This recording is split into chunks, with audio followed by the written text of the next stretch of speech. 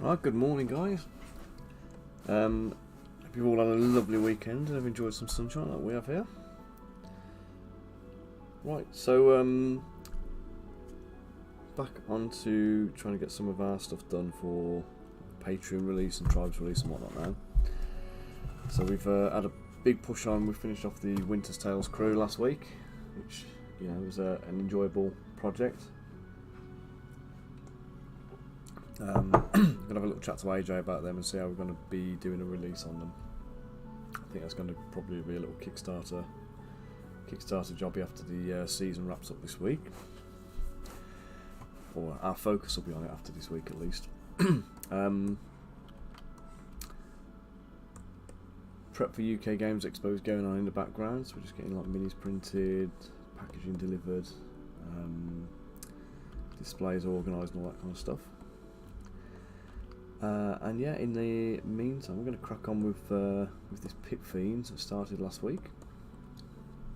So she's quite well advanced actually. I need to do the staff, I need to pose her, I need to add some like chains and bits and bobs like that. So let's get some visual reference. So we're talking.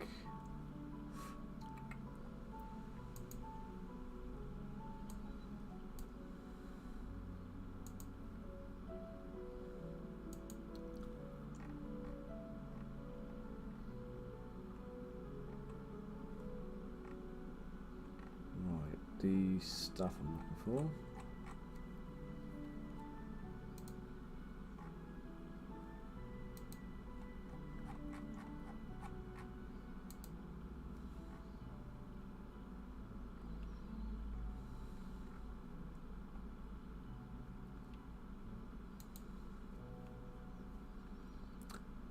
The stuff, what was it called? Battle Standard of Infernal Power.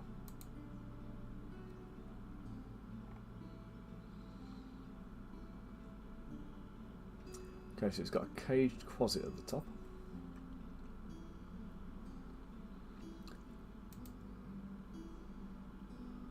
Not when we do have an image. Okay.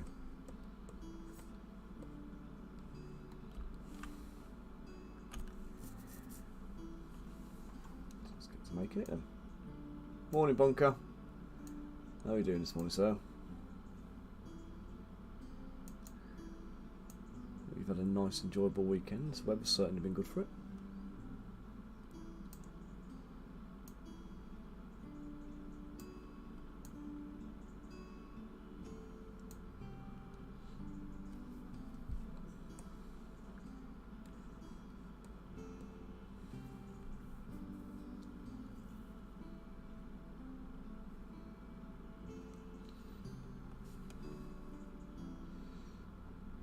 So I'm just looking at the design here, trying to like figure out my own version of it, and also trying to figure out what shapes to use.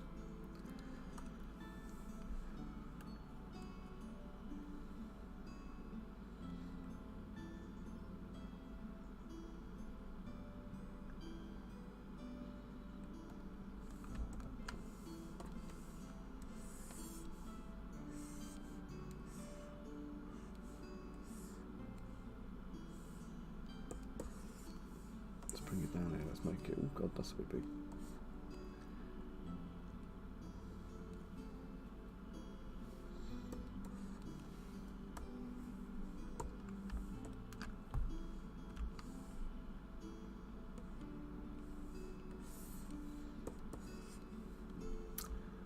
Mate, you are living the high life. Although I cannot for a second pretend we didn't do the same thing.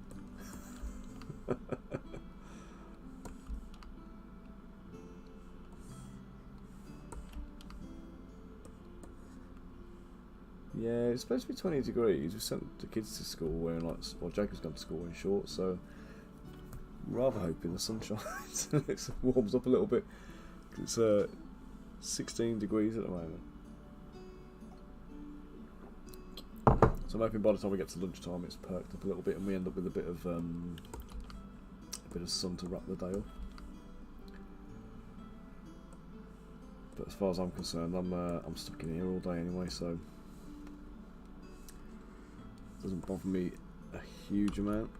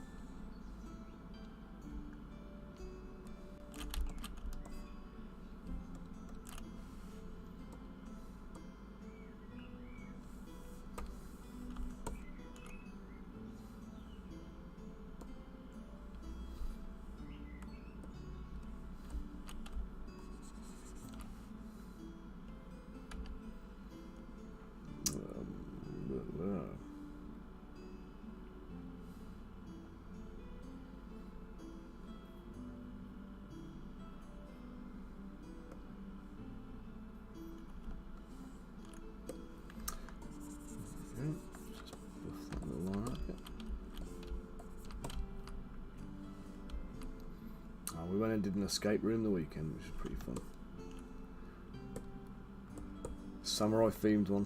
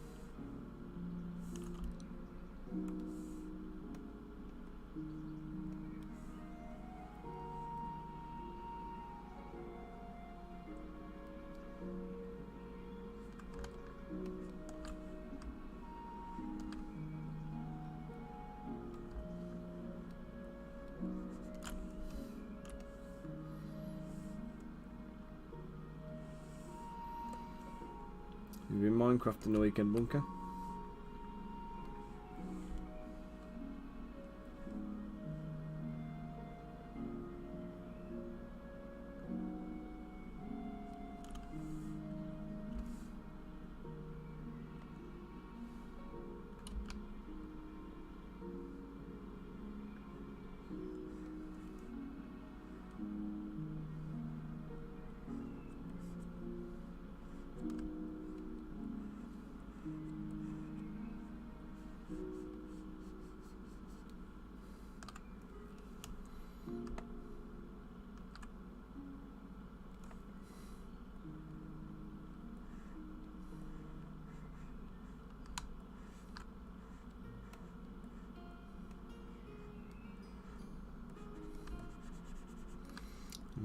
this look like a beastman's horn, I think.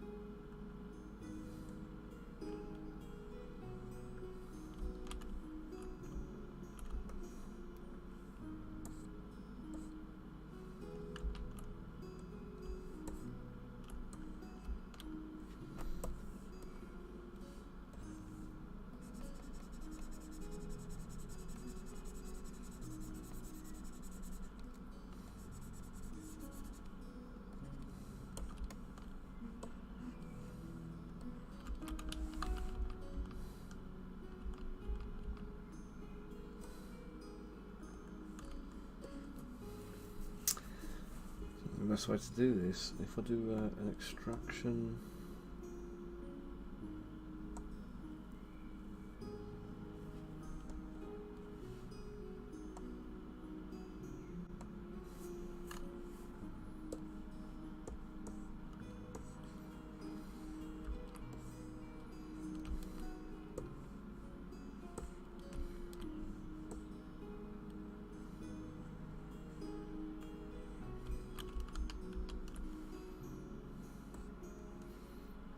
delete that a second. Right, we'll go back to that. I'm going to bump the smoothness right up, extract it again, and accept. Okay, so now these shapes are still a little bit rough, but I can polish them.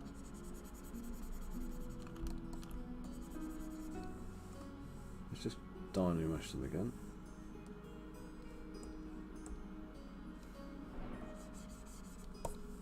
I want to get some sharper creases on the edges.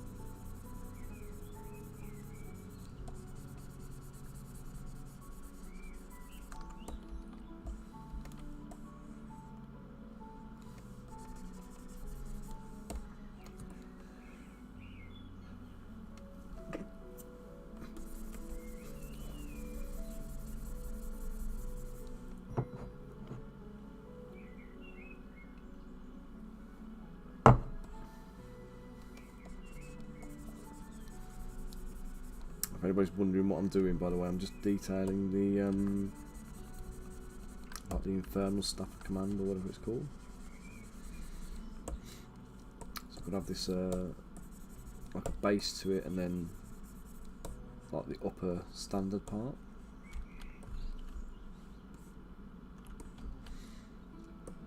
Okay, so now I'm just going to.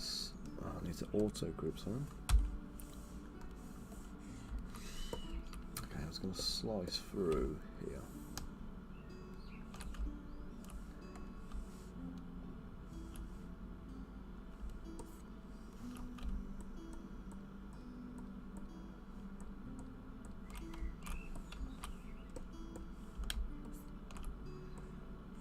Going to delete. Oh shit!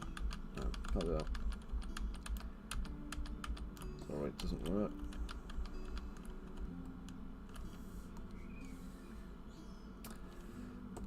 Do it this way around instead. So you can't create a hole in something and then,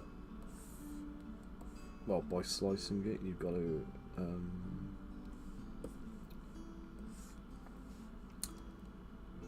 Crowfoss, good morning. How are you doing? Let me show you. I'll show you what we're doing. So I've been working through models for the Descent into Avernus campaign for about a year and a half or more, and kind of done the first part of the campaign. So all of the dead cult, the cult of the dead free, and like the Van Pamper family and the various different kind of characters that are encountered. Working into the second part of the campaign, you start encountering all the devils and demons. Thank you very much. Yeah, basically you encounter this Pit Fiend, who is basically the what do you call it, like the boss for the devils. So a nice big devil demon encounter. Let me just bring in a. Are you a gamer yourself, or miniature painter, collector, sculptor? What brings you here today?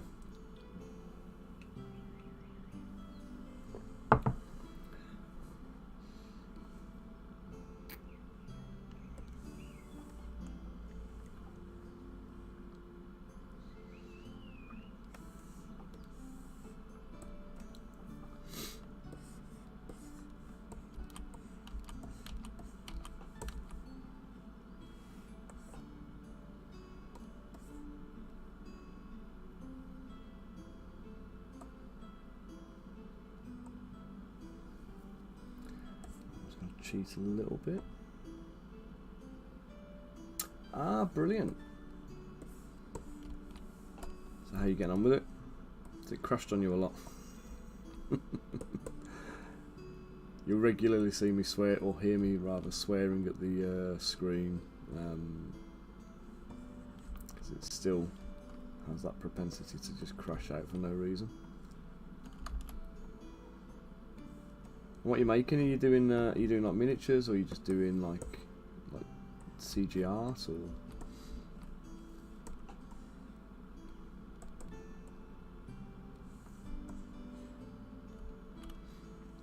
You're right, it's fantastic. I love ZBrush, despite its flaws, and despite some of the names it gets called by me.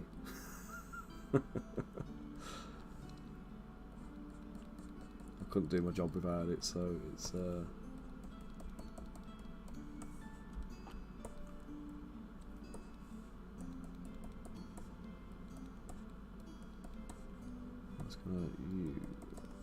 Right, I think the membrane on these, it was designed originally for a much smaller model, so I can probably afford to thin it out a touch.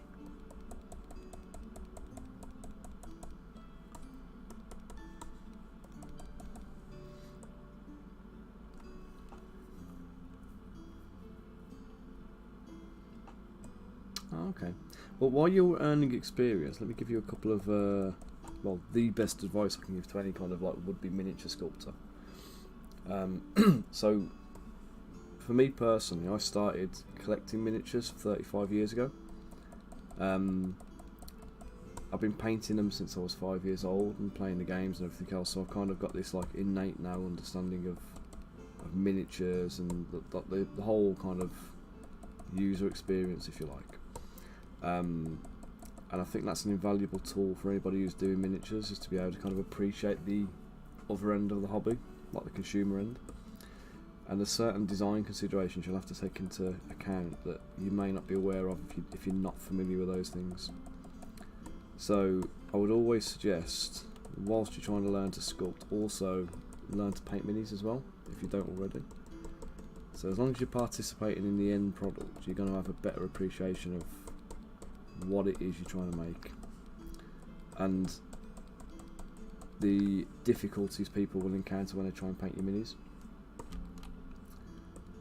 You see a lot of companies where they do like hyper realistic, and unfortunately as good as it may look on screen, it doesn't translate well into good miniatures. You have to stylise a little bit.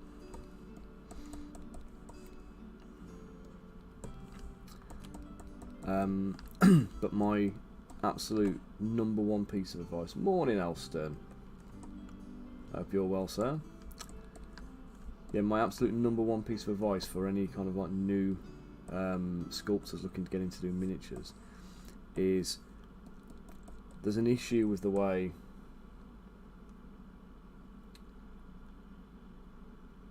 I get you. The issue is, when you look at companies that are like big studios, or even like independents like myself, who are doing STL files,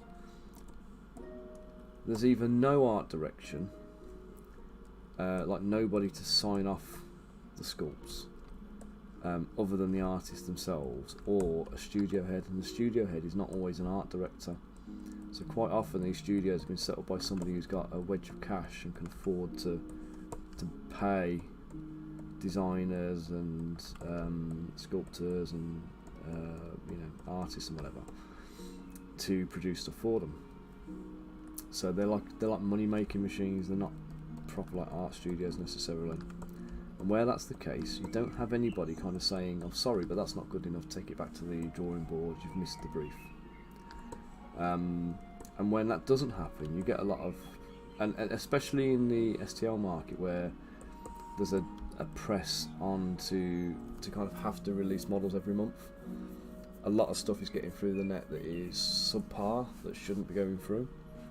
And if you were sculpting for a company that was producing physical miniatures 10 years ago, they'd have been like, "No, I'm sorry," or even 5 years ago, "I'm sorry, that's not good enough.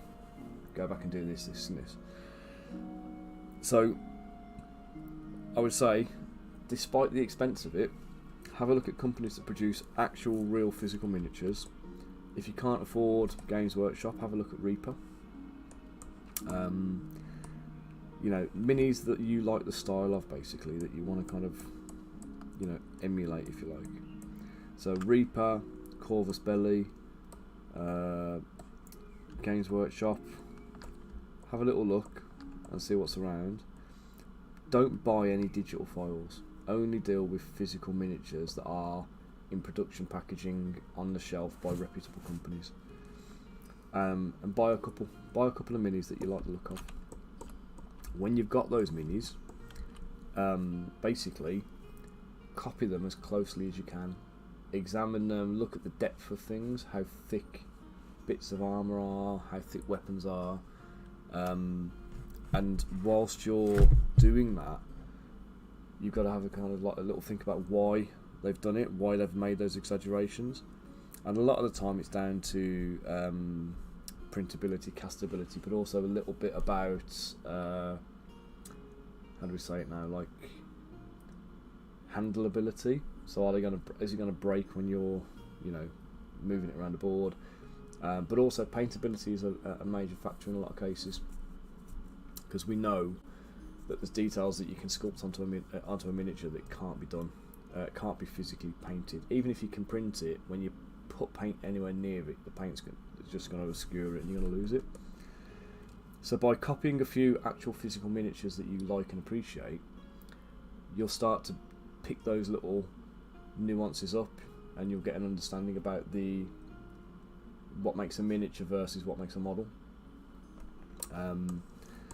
And hopefully what that'll do is give you a better appreciation of it, and then when you start designing your own models, your own miniatures, you'll be able to take those little learning aspects that you've picked up from the studies, and use them and apply them to your own work.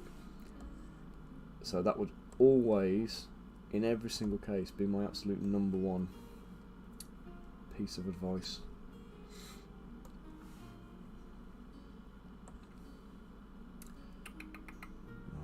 What I'm trying to do, mirror and weld. No worries at all. That's what I'm here for. Well, it's not what I'm here for. I'm here to make models. I'm always happy to help and give advice as well. Right, do those wings look big enough, or do they look stunting small?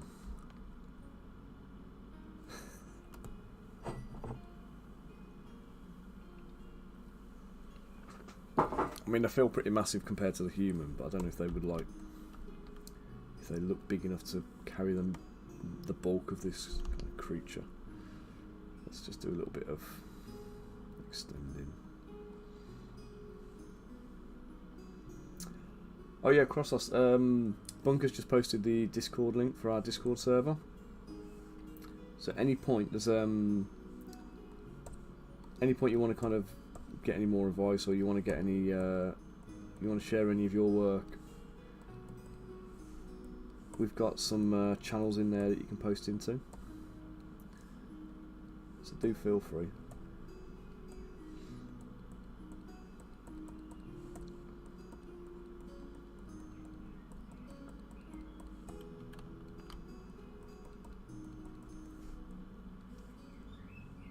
No worries.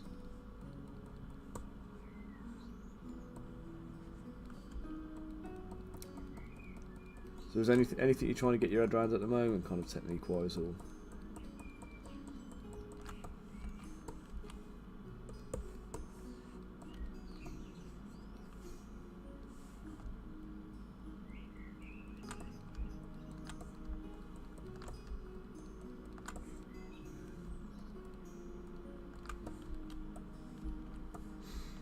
In the meantime, how's Alston today? If you're still there.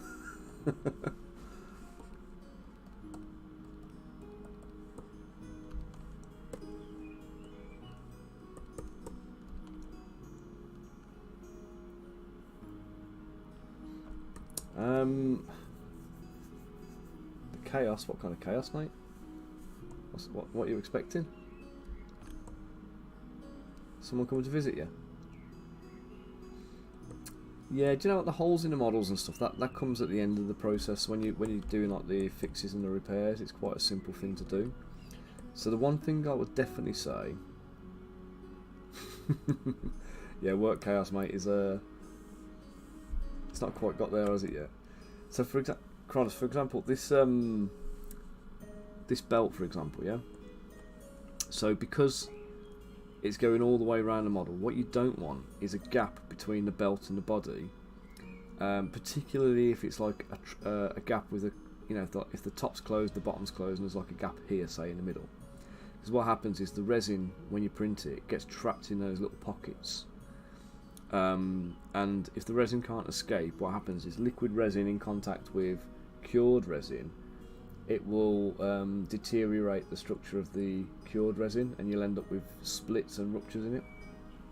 So in time, what happens is, if you've hollowed the model and haven't done it properly, and you haven't cleaned the inside, you'll get huge, great big gashes in the model, and then all the resin that you've had inside will just weep out, or the resin will weep through to the surface, and it will kind of it'll come up and start being all sticky and tacky and stuff. And obviously, if you've painted the model by that point, your paint job's ruined.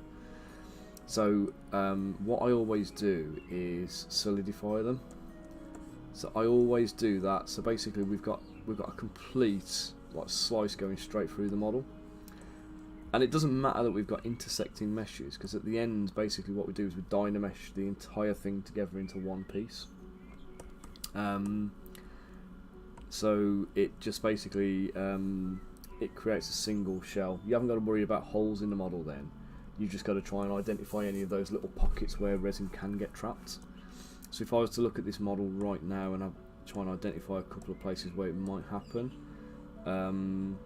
there would be potential, say down here by the helmet, under the horns and stuff. That could be an area that could be a slight problem. Usually areas like here, underneath the armour, so where the arm comes down. In fact, that's a very good spot there. Under the armour here, we've got this little area in the armpit. And as you pose that model, if this arm comes down, what happens is the shape of the arm, the shape of the armpit and stuff can create a little cavity there. So you'll always have to just run an inflate brush just along the edge there and then redo your dynamesh. And if you watch the end of this stream, if you watch this stream to the end, or if you come back later and pick up the back part of it, or just watch it on YouTube recorded later, you'll see me kind of going through the print prep phase. So I do initial rough block out where all this stuff happens, then start doing like bits of detailing and work my way up. So always start with like the bigger forms and get your shapes in. From there, can take on like armour and clothing and stuff like that. The base mesh, by the way, is split into parts. So I keep the arms and legs separate. Let's re-dynamesh that to show you. I keep the arms and legs separate just to make it easy for posing. And when everything is sculpted and ready to pose, basically go on to doing a kind of a merge mesh. So everything ends up in one separate subtool. So as an example, like these guys were some I finished previously. You can see that all the subtools are there, and I'll pose them all up, get them all ready, and then when they're all completely posed, clone or copy that one subtool, and then dynamesh it, and then just do one final sculpting pass. So just tie in all of like where the shoulder's not joined in properly. I can do a little bit of a smoothing, blending, or whatever I need to do there. Re-sculpt and detail any bits that need doing, and it's just one last little pass to do on the model then, rather than having to rework it kind of in real time. But always after posing, always go back and do like a proper sculpting pass over the model, because there'll always be. See, here's one that was like unposed again. This is my neutral pose version of this guy.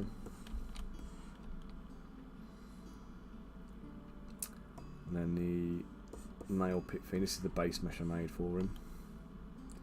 And then we turned it into a woman, because the one that is in the campaign we're working on happens to be female. And I've lost the bloody... Ah, there he is. Well, I'd lost two then. Okay, so she got her wings. I need to rework like the talons on the wings. I'll sort them out later, that's not drama right now. And I'll redo the texture on the membrane as well, because that's too large and coarse for what we need. Let's get back down to the standard right now. So I'm just going to try and use this block to hack the back of this mesh off. To about there, I think.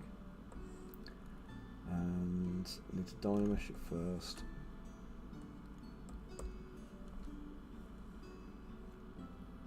I'm going to set that as the active tool. Ooh, right, so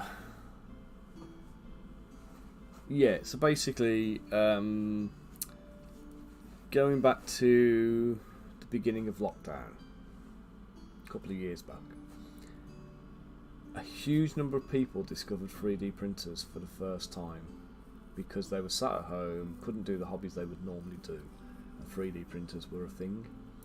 And it meant that you could sit at home and be creative and make stuff. Even more people then bought 3D printers and were kind of like, right, so it's got a 6-inch build plate, what can I build on there? And they discovered miniatures off the back of that because they were like, oh, that's cool, I'll make some of them. So we have a whole load of people who came into the 3D printing hobby and miniatures hobby with no background or experience, and in some cases no actual like ability or anything like that. They've had to learn everything from the ground up. So a lot of people at that point started asking for supports to be provided, and like for me, I was doing them already because I was already doing the supported models back then, because I always test printed everything I made, which again is another tip I would always give you: always test print your models, especially if you're providing supports, because if you're providing supports and you haven't tested them, you don't want the customers to find out that they're shit and have to come back to you and complain. So ideally you want to kind of, you want to prove them before you release them. So like I say, for me, I was already test printing my own models. I was getting everything ready. I was trying to paint them on the way through as well, and that whole process meant that I'd already done the supports for all of the models. So it's kind of like, well, if I've done them, I might as well provide them to you and let you have them. So I just started adding them up, and then somewhere along the line, it kind of became an expectation, not of me, but of everybody in the market, that you offer pre-supported models. But the expectation was also that you wouldn't charge any extra for them. So you were providing more for no extra money. And a lot of people just kind of went, auto support, bang, there you go, it's pre-supported, have that. But that obviously doesn't make for good supports. It doesn't make them easy to remove, and obviously in a lot of cases they weren't even test printing them. They were just kind of clicking a button and saying, there you go, I've done it, it's pre-supported, have that. But now a lot of people have kind of got to a point where you're getting models from someone like Loot Studios or Epic or whatever, and some of the supports on these models can be shocking. There's just far too many supports. They've gone overkill because they're worried about it, or they've done things that they don't make any sense, and they make it more difficult to get the model to look good. And it massively like impacts on the cleanup end of the thing as well. Like my models, when you get them off the printer, you just pluck them off the supports, and for the most part, there's barely any cleanup to do following that. And again, that's partly down to experience that I'm able to do that, but like I say, you gain experience by doing stuff, don't you? So if you don't do it at all, you're never going to learn. And if you're not physically printing, that's the thing, you see. So if I print something and I've done supports on it, if it doesn't print properly, or I have difficulty removing the supports, I'll go back and I'll adjust the supports to make them easier to remove. And then doing that over time, that again, just like doing sculpting when you're learning tricks and tips and things like that, it helps you to kind of say, right, I already have this bank of knowledge in my head now that I know I need to apply when I'm doing something. Let's get to work and let's use it. Let's just merge that down a second. So yeah, there is still an expectation that you provide things you provide things pre-supported.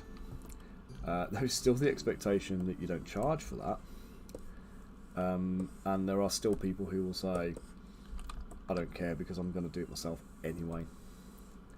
And unfortunately, it's also the case that if you just ignore it and don't provide it at all, what's going on? Why is that up there?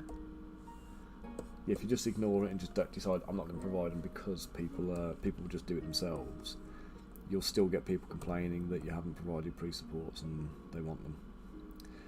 And unfortunately, you just can't please everybody, is what it's going to come down to pretty much every single time. You just have to do your best. I say, as long as you provision it, you know. And I say, as a sculptor, I would always advise that you know, do your own supports and test printer models before you start subbing anything out. If you decide you're going to sub it out later, that's fine, but kind of do it yourself to start with, so you get that appreciation. And again, sometimes when you're sculpting things, like if you're doing hair, for example, a lot of people I've seen, they use like the curved tools to do strands of hair. And the problem with that is, again, you end up with lots and lots of individual strands. You end up with lots of individual little points on the end of the hair. And if those points are pointing down, every single one of them is going to need supporting. So you don't want to end up with a head of hair with 40 tufts that all need a support going to them.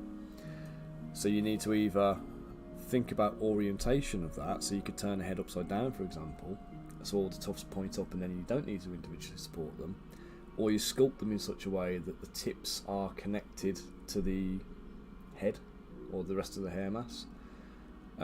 So there's the visual indication that they're there on the model without actually having lots and lots and lots of individual tips. So I don't have anything on my screen at the moment I can use to give you an example of that, but kind of again, imagine things like dragon scales and things like, you know, the scales all overlap, there's like little tips on them. Those little tips will all need supporting if they're going to be pointing downwards. So again, with those kind of things, you make sure you extrude them back into the body so there's no underhang. And it still has the visual aesthetic you're after, but with a little bit of added, I'm not sure what to call it.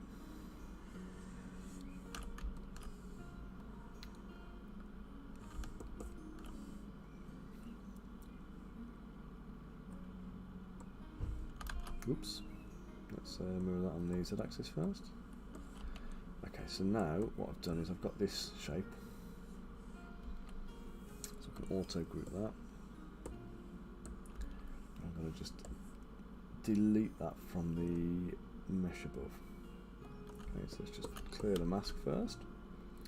I'll set that as the primary mesh, so I'm going to turn this into the Boolean mesh. I'm going to merge down.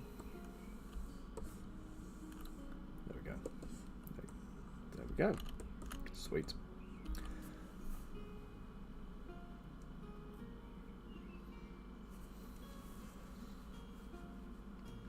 Yeah, if you're doing miniatures, always do resin.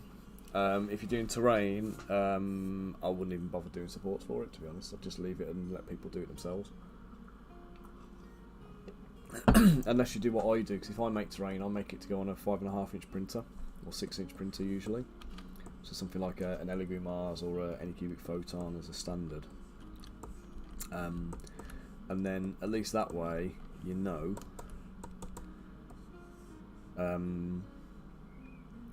that everybody's got the ability to do it.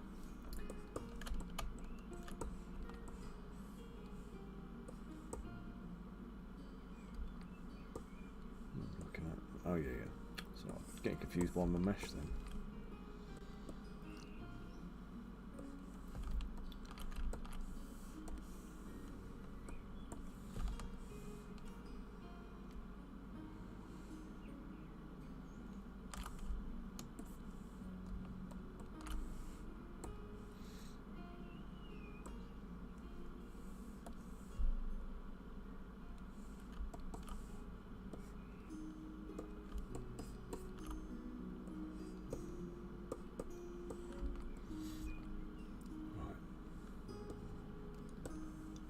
Do that, but add a few scratches and scuffs to this. So bump the intensity up, draw the door size down, turn off symmetry.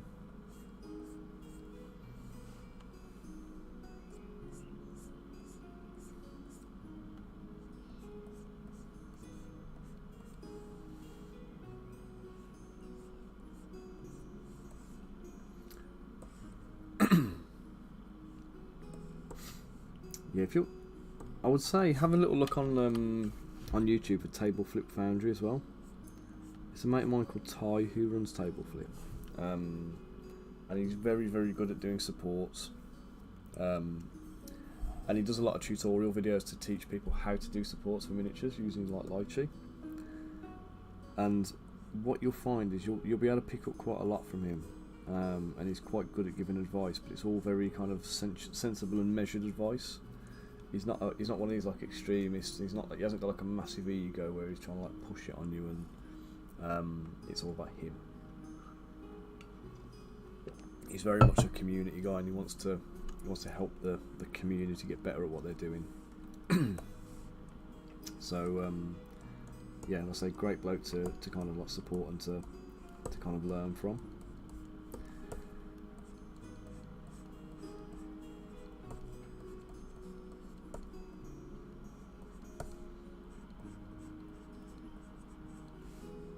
Yeah, Table Flip Foundry.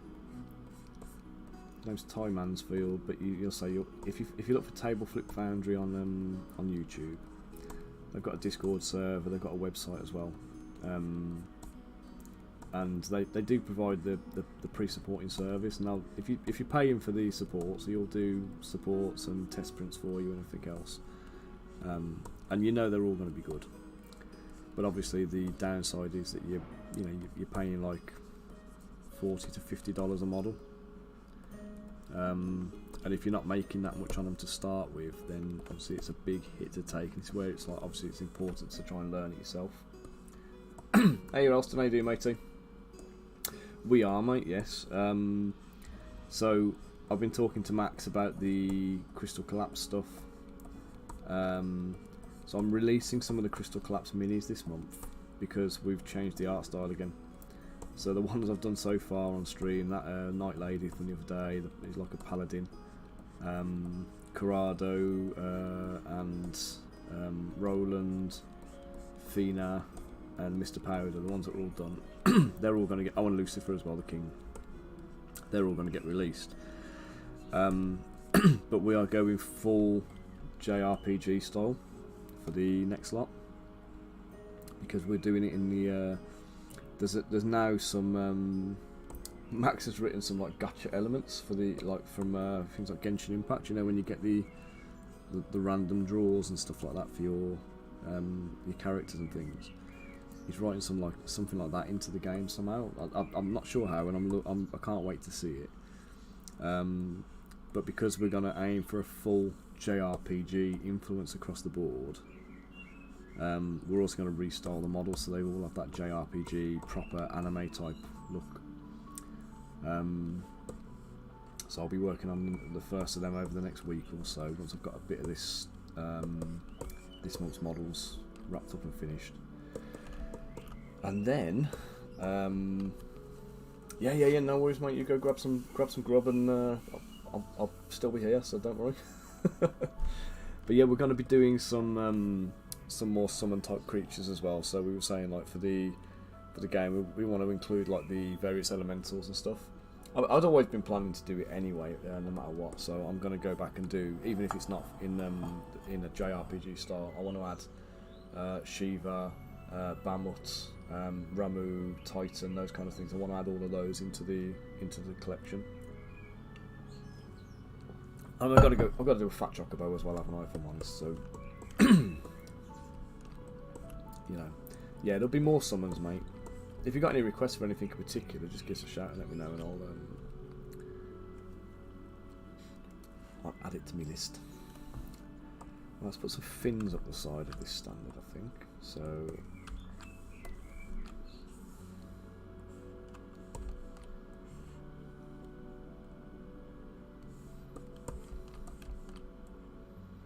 Is there anything you're particularly hoping to see?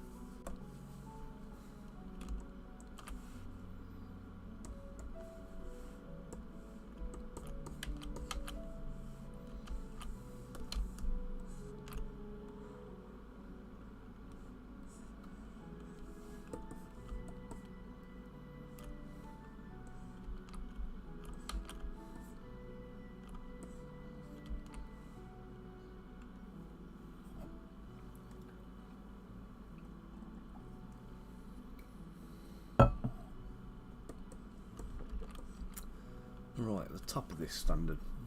Right, so the design they've given us here has got wings on it, which I don't really want to use the wing design if I'm honest.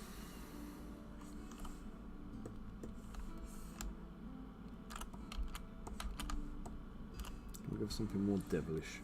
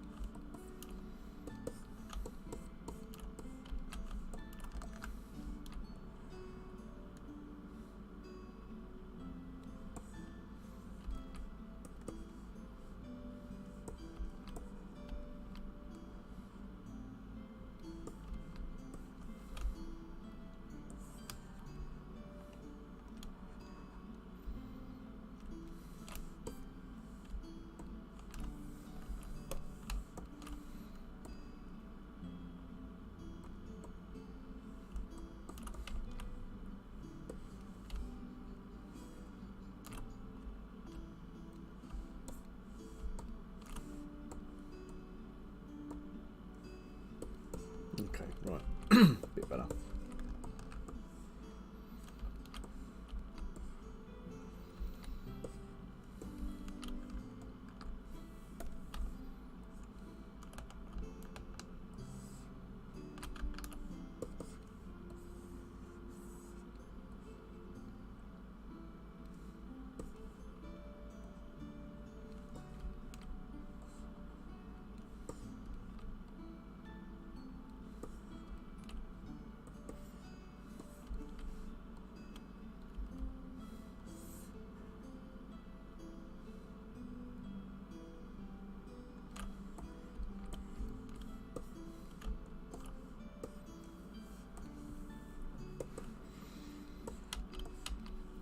So we've got fins at the side here.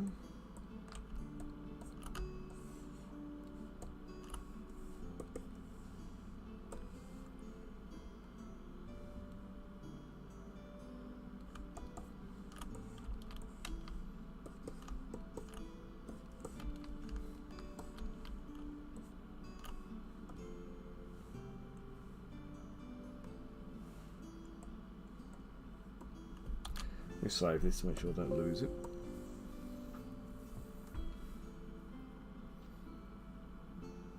Yeah, no worries, mate. Yeah, I mean this one's a fairly big unit and everything else, but not Final Fantasy themed, not Summon. So the next couple of big ones I want to work on will be probably Ifrit. Not Ifrit. Sorry, Ifrit's already done.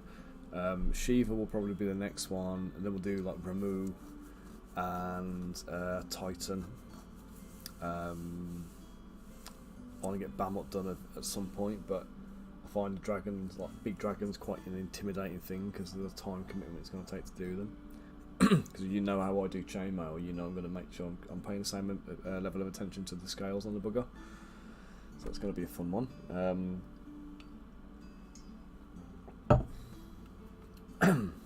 So yeah.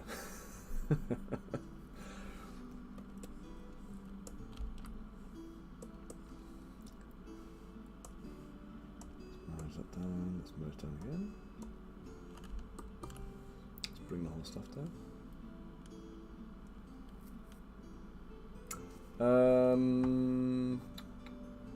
LionsTower.com. Is it still doing it? Okay, just take out the www dot. I need to remove it out the thing as well. For some reason, I'm not even sure what's going on, but the www causes a problem. Hey, Hunts Lantern, how you doing? Any bards near the minute? Oh yeah, right. Yeah, she's juggerific, and she's there's bound to be a bard that's gonna take a fancy to it. Try his luck. Oh, yeah. I'm just going to go and update the command, because that somebody mentioned it to me the other day, and it's kind of been like this for a while. Where is it now? It's not chat, is it? Actions, is it? I don't know what I'm doing. I'll do that. I'll deal with that later. I need to change the URLs. Hunter, I'm using ZBrush here. Yeah, I've been using this since like 2010. I use it in like a very sculpty way rather than a modely way. So I mean, if you've watched for a couple of minutes, you've probably seen me just pulling rectangles around and making this shape here. But for the most part, you'll find I actually sculpt it like I would do. So I started sculpting 20 odd years ago, using polymer clays and epoxy putties.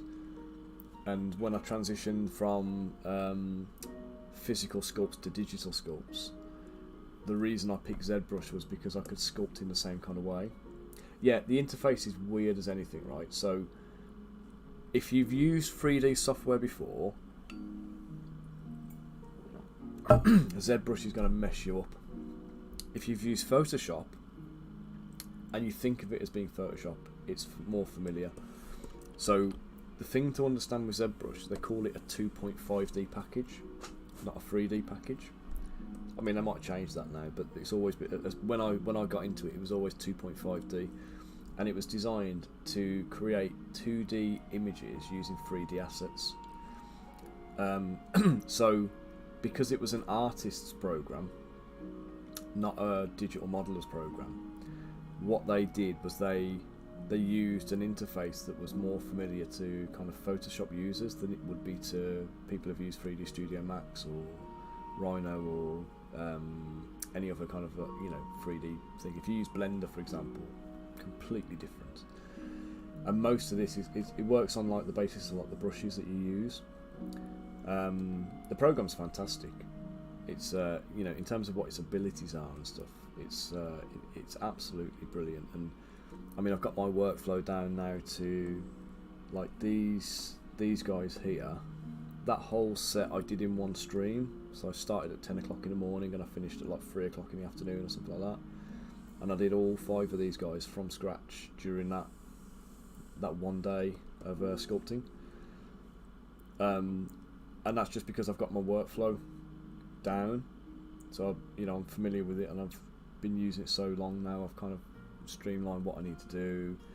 And obviously, once you get used to doing things like anatomy and you're understanding how to make certain things, you can start taking shortcuts and kind of like, reusing assets you've made previously, like base meshes and things. So like this, where am I now? Is it this one? No. No. Oh, balls! I've lost me model again. So, where are you?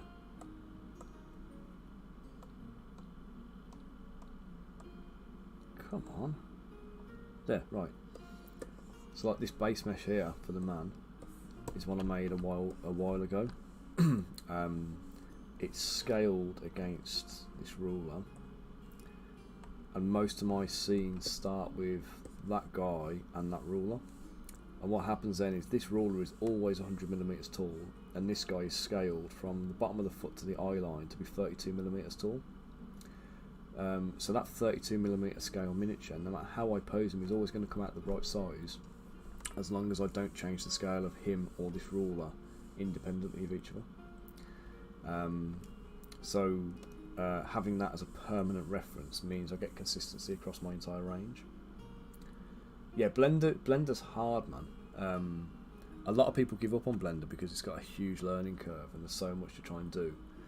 The trick with Blender is trying to figure out what tools you need to do the bits you want to do, and unfortunately it's really difficult to actually kind of get that information, because everybody kind of teaches you in a kind of a holistic way. As far as I've seen, there's very few people who will say, you know, like I do, you're making miniatures, these are the things you need to do.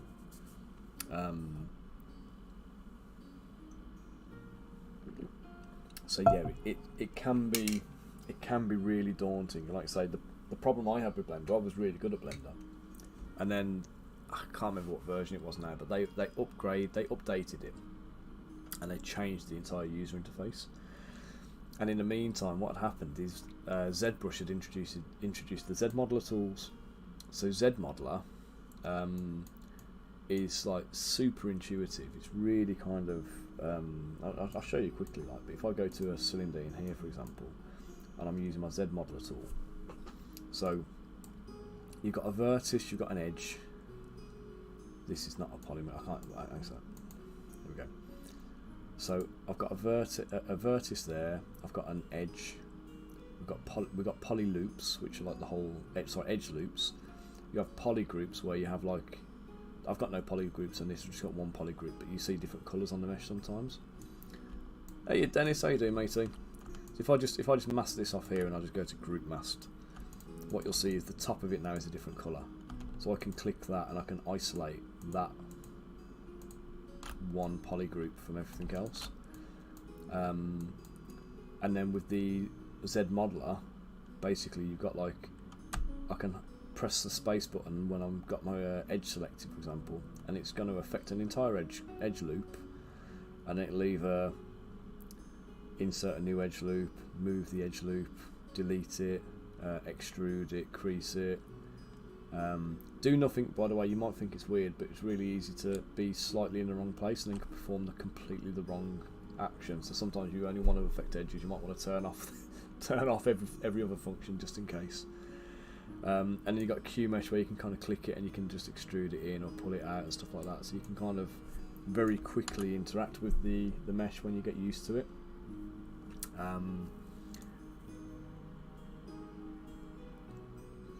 Yeah, Dennis, it is tricky, isn't it, when you're Have I said hello to you? Sorry, mate. How are you, Dennis? If not, how are you doing? Yeah, for Blender, man, I learned Blender years and years and years ago, and I was using it for like hard surface stuff, like buildings and tanks and stuff like that. And I actually used to make my weapons in Blender before I imported into ZBrush. And then since they introduced things like Dynamesh, H-Polish and Trim Dynamic, and this tool as well, and some of the slicing things, so some of the functions they've added have made the whole thing like infinitely more user friendly, especially to like my workflow. And one of the things I enjoy is not having to go out of the program, and not having to kind of try and bring stuff back in.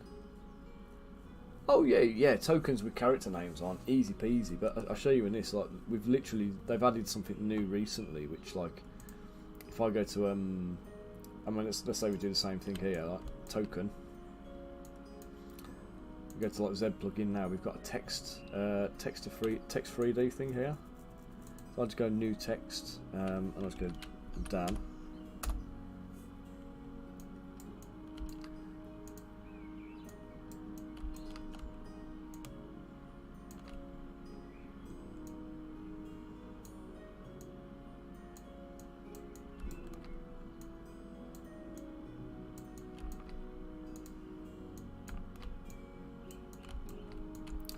There you go, super easy. Token's done. So they've made like the things in ZBrush the way to do these kind of things now. They are like absolutely, yeah. It was a newish edition, that was. So if you don't see many tutorials on it because they tend not to bother with it. But you can use it for like doing divisions and stuff. If you go up there to the menu, there's a whole load of extra bits, so you can change the font. You can actually import custom fonts as well and use them. So I don't know if I've got any in here. I think I had one.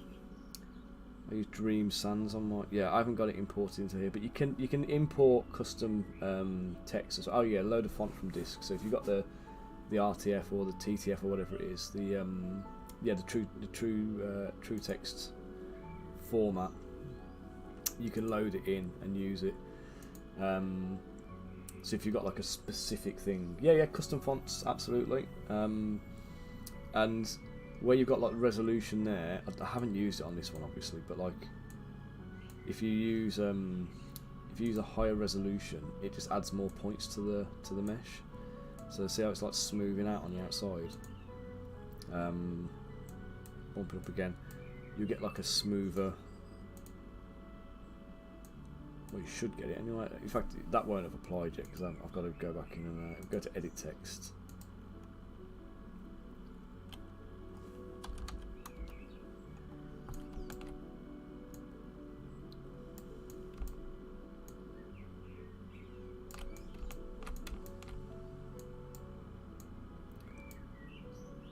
There you go. But the nice thing with this as well, what you can do, because it gives you the poly group on the front as well. You can do your is it crease polygroups? It's on the Z modeler thing. So like you can go onto here, you can go polygroup all, I think it is, and crease. Oh, sorry, crease, polygroup all, and that should now have put like a crease edge around the outside of the polygroup. Oh, actually, it's done every face on the front. That might not work so well, but I'll stop trying to show you stuff I'm not intimately familiar with. But yeah, you can do loads of stuff in there anyway. There's they've added loads of like cool features over the years, and they keep adding new stuff with every new version that comes out. But I'm kind of at a point with it now where I kind of think they've changed it to like a subscription model through Maxon, which when I bought the software 2010, there was more, what do you call it now? They were offering, Pixelogic ran software then, and they were offering a lifetime license. It was about $700 for the software, so I purchased that back in 2010. And they're basically like, you pay for that, and then you never have to pay for it again. You never have to buy another license.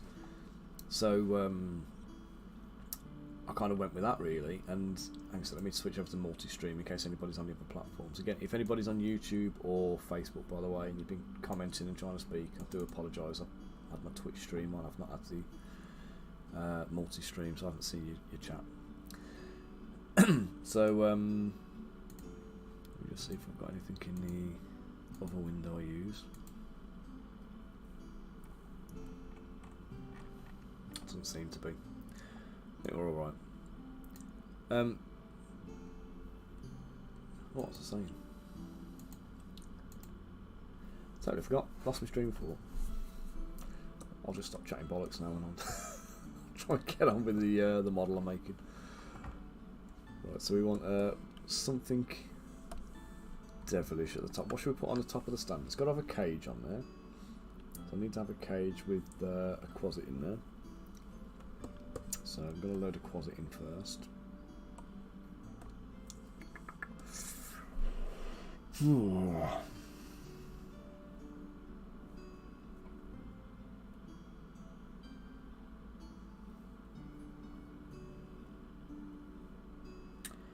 you know, I can't remember.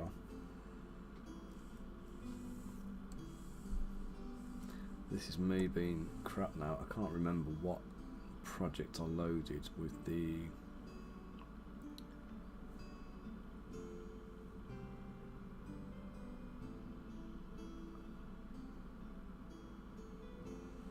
let's load the witch in. I know I had a quasit in there, but I'm gonna have to delete a load of stuff because this is a 2 gig file and this is gonna really like bog my project down. So I need a quasit in a cage, and I made a quasit for this project, which was the Kickstarter I ran recently. So I know I've got a quasit in there. ideally I don't want to have to make another one, and I want to just sculpt the mesh that I created. So I'm just going to remove all the stuff here that is like not relevant to this project. This is the table. As cool as all this stuff is, I don't need it. Don't need that. No, I might get that. There we are. There's my closet. No, I had one.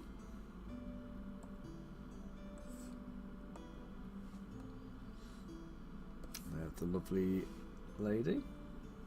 Pre-posed, pre-finished. And again. That's why this is such a big file. Got them in there twice over. Oh, there's me infernal limps from my previous project. The chaise lounge complete. And again. Let's go do that. And if you missed her, there she is in all her glory. Files will be going out for that one shortly, by the way. I've just got to get the last few bits exported and we're good on that.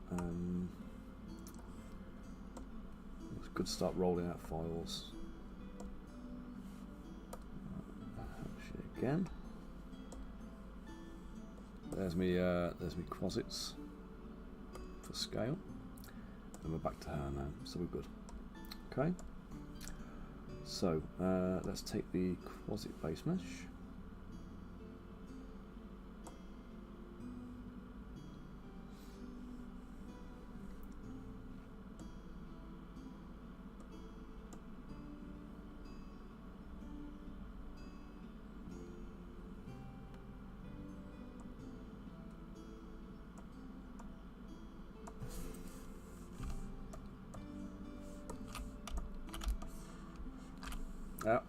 That was wrong. Don't be a dick and crash. There you go. Let's save.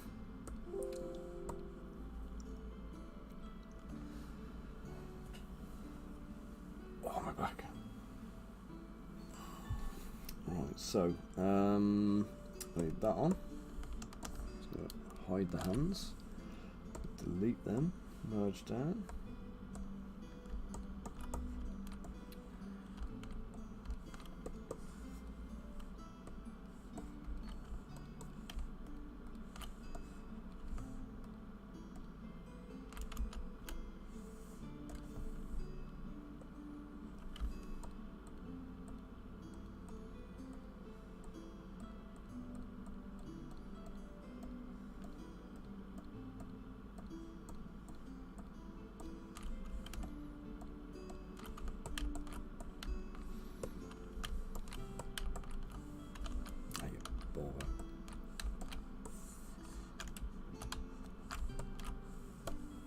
So let's have this one reaching up.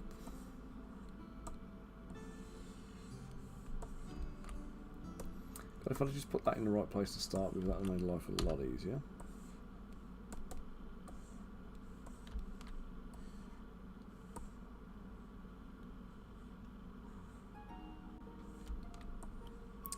We've got somebody's elbow or something there.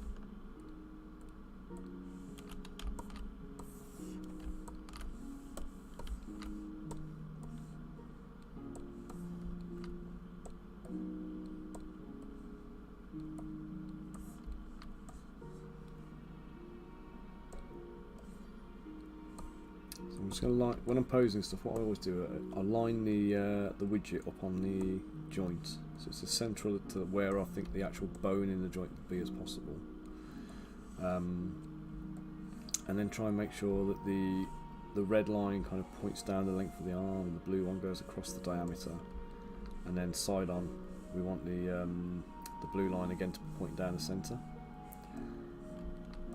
and that gives me a pretty decent kind of approximation, if you like, to be able to rotate the joint.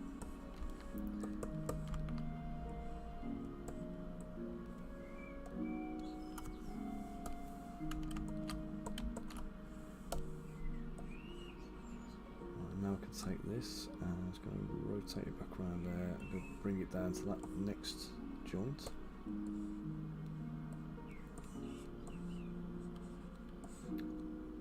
This isn't going to work perfectly because I very crudely just stuck a hand into the fattened forearm of the quasit. So I'm just going to have to push some of this back in just to stuff it back in.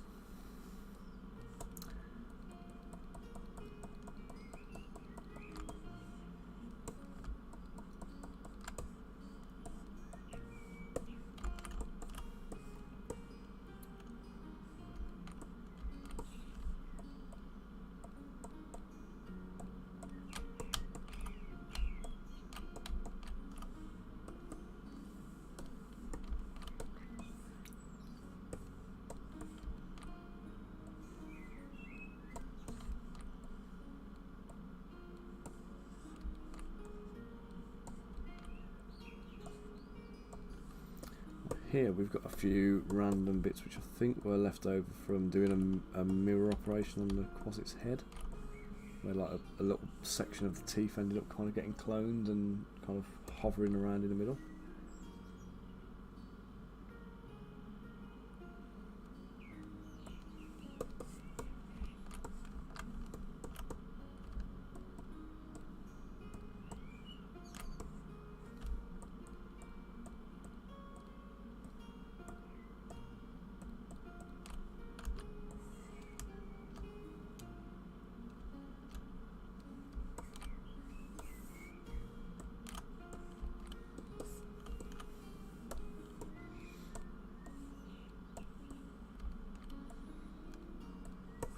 Right, so the only real descriptive thing I've got about this artifact I'm making is this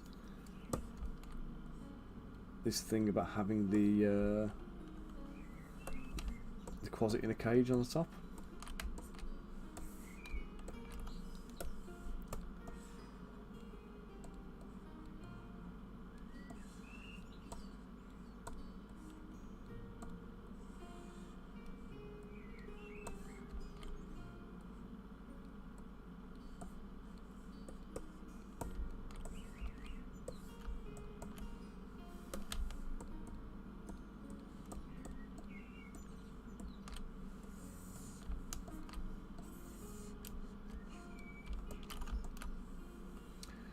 Activate symmetry on these. Let's just get these legs positioned.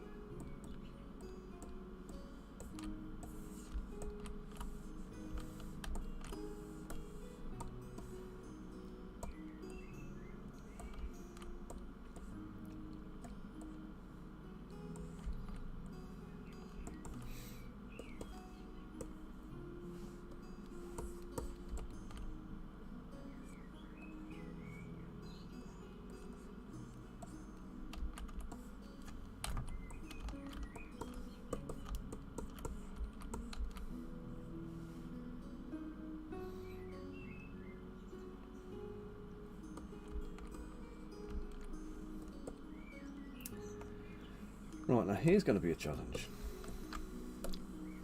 Right, let's get my quasit visible.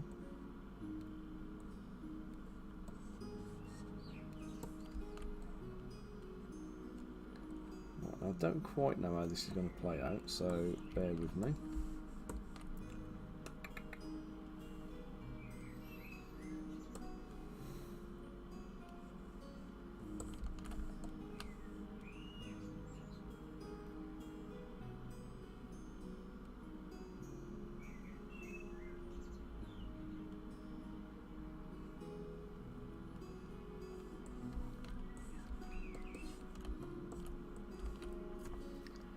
I think I've got an idea what I'm doing.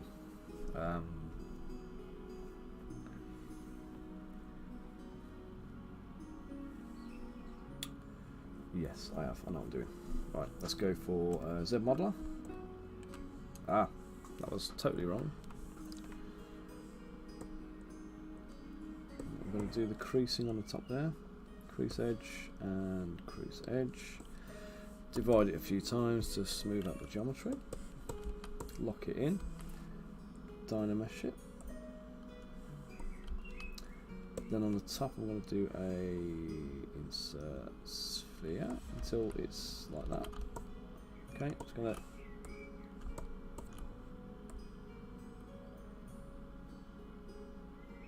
I've just screwed up and put too big a resolution on there.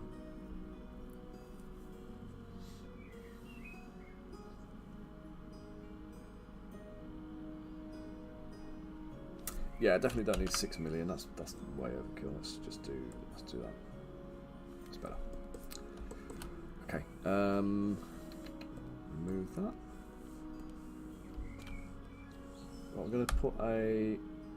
I think it's Y. Local symmetry. Y radial. Bump this right up. So. First thing I'm going to do is just smooth out the mesh to remove any facets. Redo my Dynamesh. Okay, and we're going to go and duplicate this first. Then I'm going to reduce the radial count to however many bars I want to include. So let's go for 12. Let's have 12 bars around the outside. And I want to just do a very small, maybe a bit bigger. Let's widen that out a touch.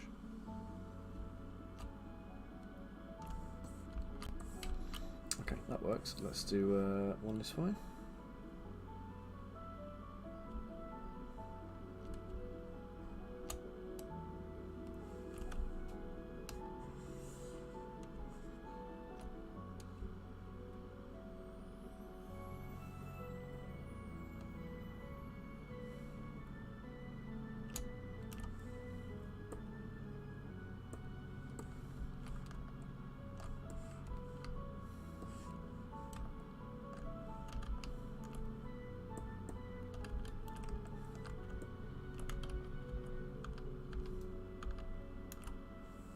Oh, get stuffed. Oh, right, yeah, there we go. Yeah, of course. So if you go onto my channel, you'll see. I think it's like the last 2 weeks worth of streams are recorded on my Twitch channel. But if you go over onto YouTube, find my YouTube channel. Yeah, it's just the Lion's Tower. Everything I've done at all is saved onto YouTube. So you'll find all my past recordings on there, and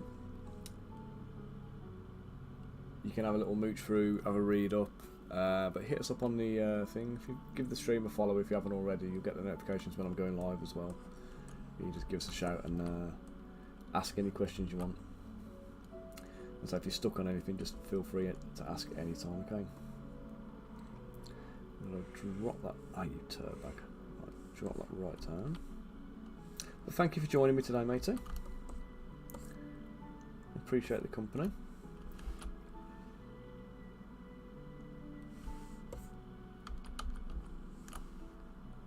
And enjoy the rest of your day.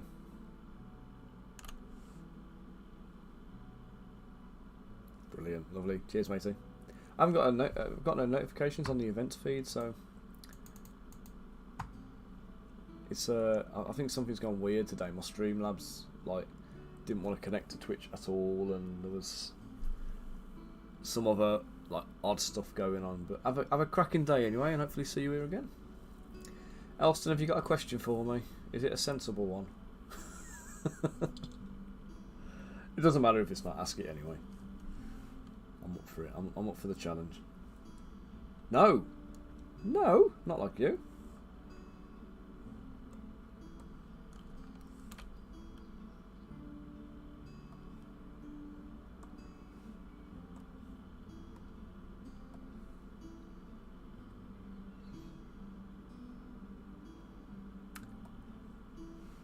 take this one now. We're going to merge this down and subtract from the other one. Oh yeah, balls.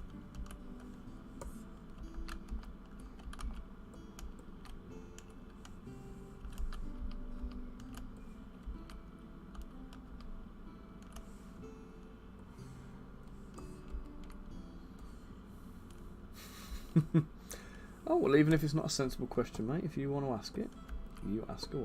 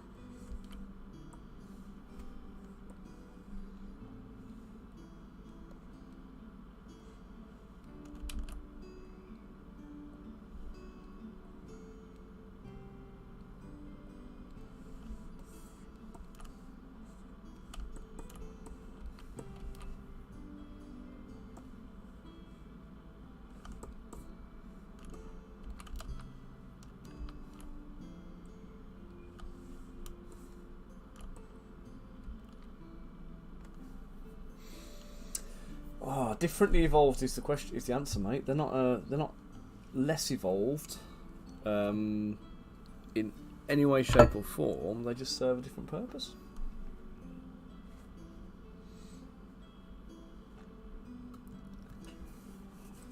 Your toes are there for balance, aren't they? To keep your feet upright, give you a little bit of grip to the floor when you're walking, so you don't tip over. Whereas your fingers are obviously for finger things. Handling and operating and manipulating and poking and prodding and all that other good stuff.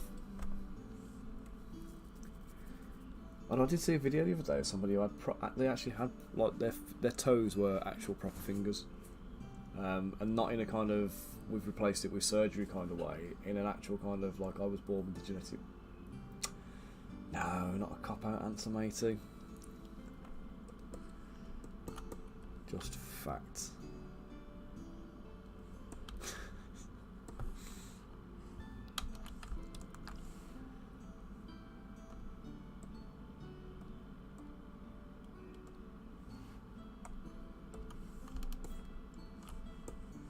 Ta-da! We've now got a quasit in a cage.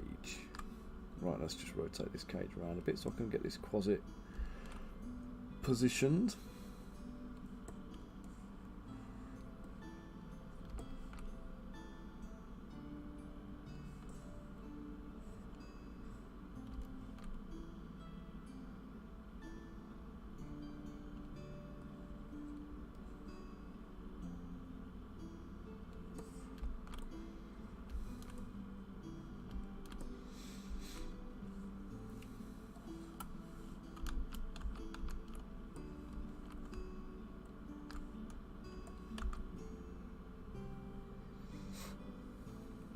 If I could have fingers or toes, well, I use my hands for a living, so I'd have to go with fingers. I think I'd really struggle to sculpt models with toes. And also, like a lot of people, not a big fan of feet. So like, I find toes on hands would just be like the weirdest thing ever.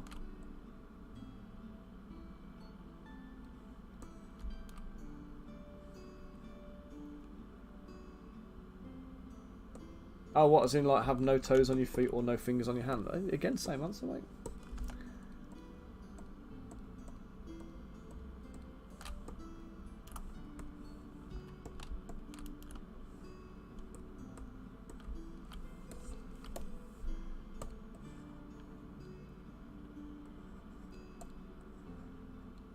Yeah, I think it's just got to be fingers. Whatever the question is, it's got to be the answer's got to be fingers. I think.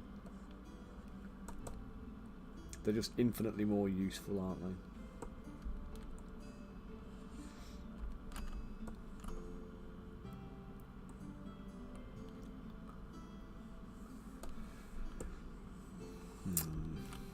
This is looking a bit weird.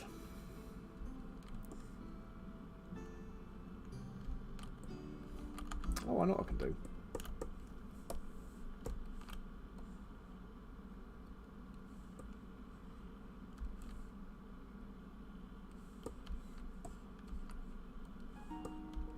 Let's make the closet just a bit bigger.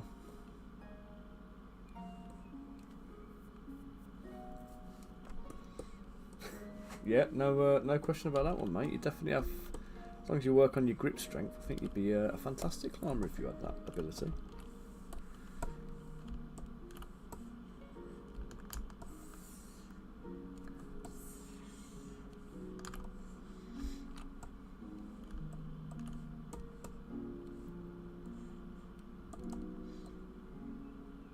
But then the question you've got to be asked then as well is, do you climb at all then? Is climbing a thing you do, or is this like, is it hypothetical, like you would climb, you would take up climbing because you had fingers for toes to maximise the potential for your, or maximise your abilities or your potential to be shown off?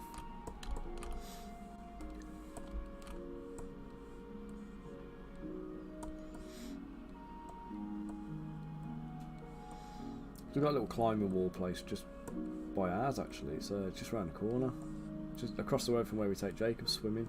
We've got to take him tonight actually.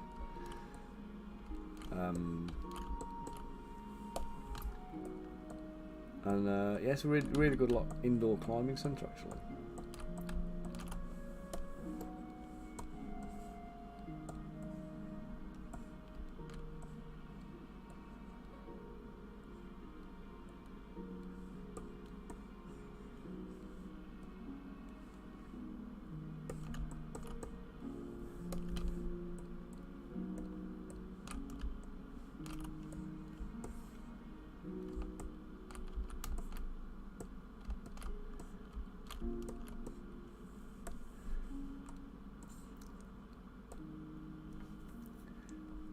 Do you know, I was just thinking it'd be hilarious, Elston. Like that comment then, I want fingers for toes and I could climb better. It's like the other day, can't remember who it was, Ginger Ninja. I was on chat, Ginger Ninja was in the stream, but was also in Mike Moan's stream. And posted the most random like statement into our chat here. And you kind of knew it was coming from a different stream, you know what I mean? It was part of a different conversation, but it was still amusing to kind of see it. Like, you know, is this a thing somebody's doing now? Just like, you know, conversation opener with a random statement. And I love the idea that you would be in a work meeting or a work conversation at the same time as you're watching my stream having this conversation, and I've just posted that exact statement of, I want fingers for toes, then I can climb better, into your work chat instead.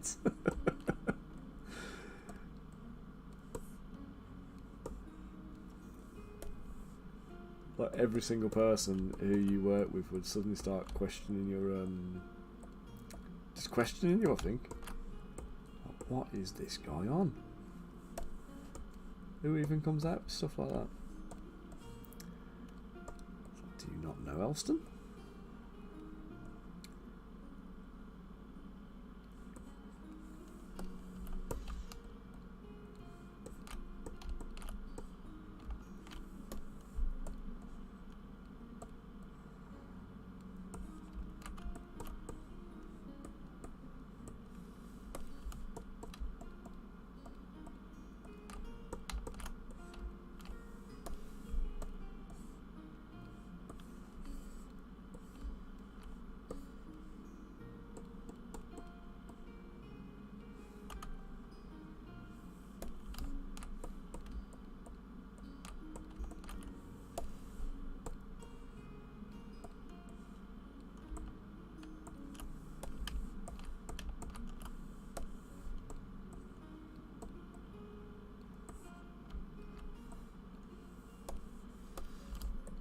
He's got a broken finger here.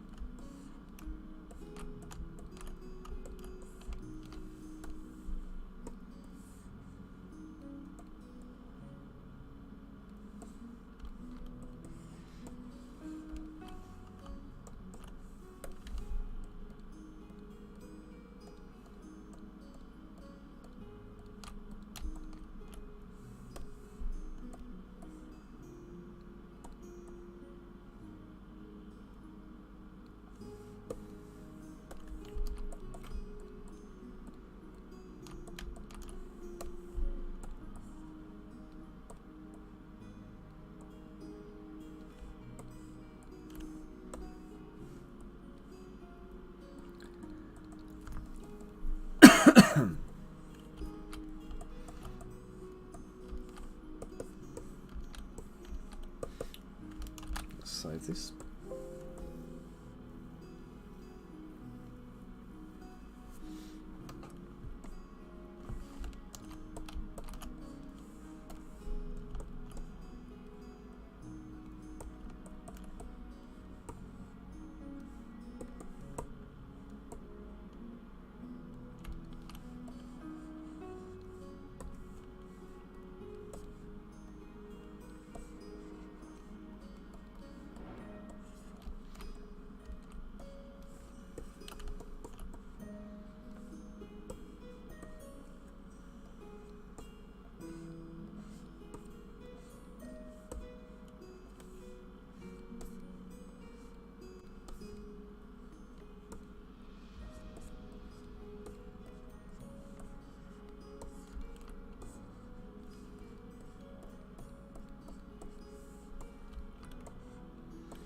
Just thickening up the hands a little bit here, because from experience on my previous batch of closets, the fingers were very, very slim, and they were always going to be a bit touch and go, to be honest. But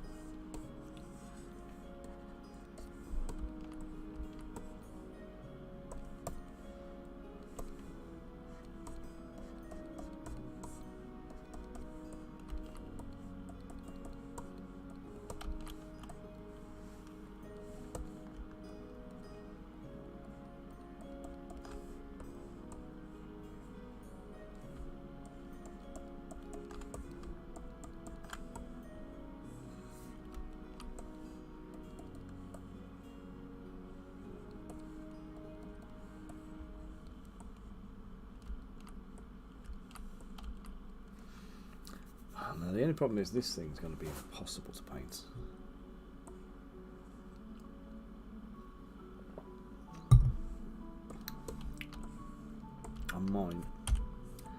I might slice the back off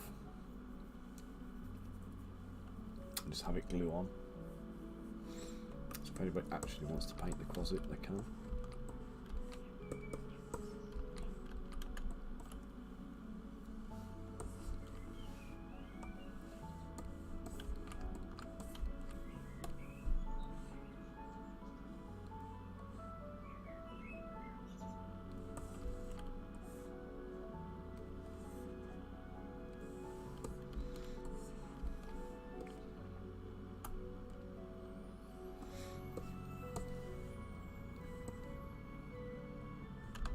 Oops, crease the edge loops.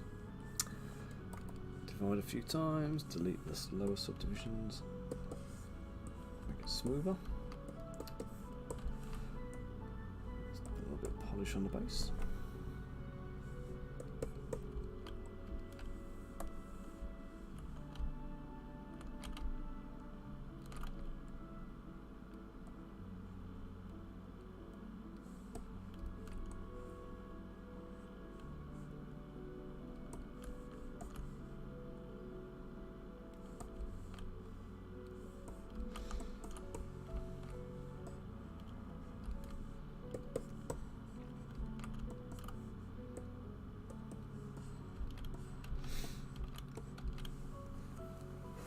Let's take that from there now.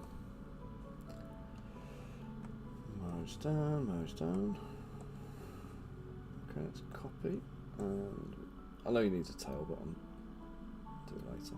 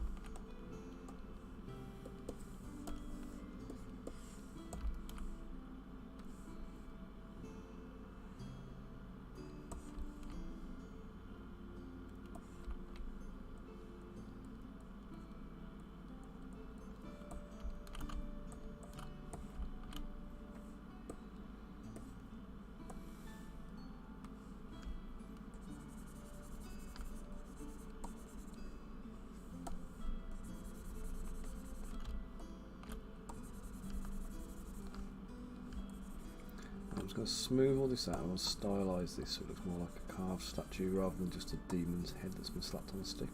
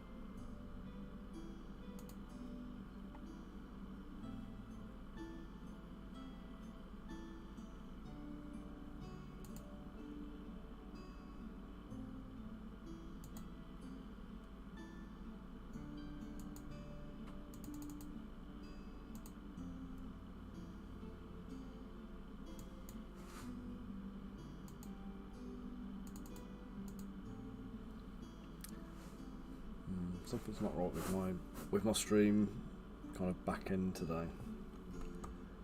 Hey Rosie, how's it going, matey? Channel redeem. Oh, you mean things where you can like make noises and stuff? And yeah, I don't know if I want to give you guys that kind of stuff.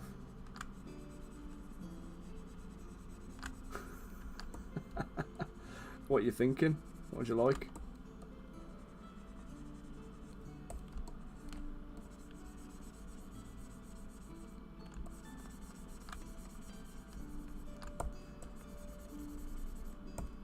I kind of want to get work done, so like having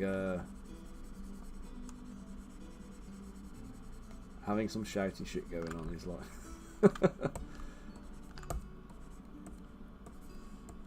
but do you know what, if you guys want it, let's have a powwow on it.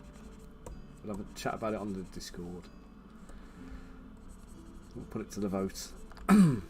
Which is a bad idea, isn't it? Because like when the public got to vote for the name of the new lifeboat, they named it Boating McBoatface. So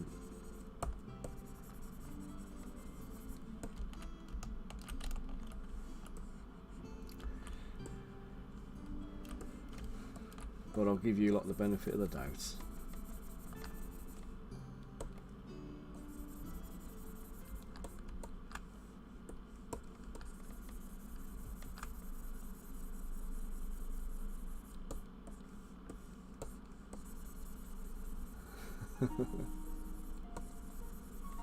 That's alright, we can put them on. If they get abused, we can always turn them off again, can't we?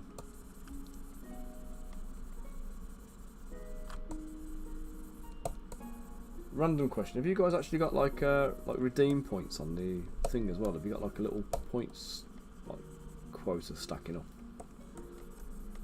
So I'm not even sure if I've activated it or not. I've got a feeling I did, but they never put anything in place to allow you to redeem it for.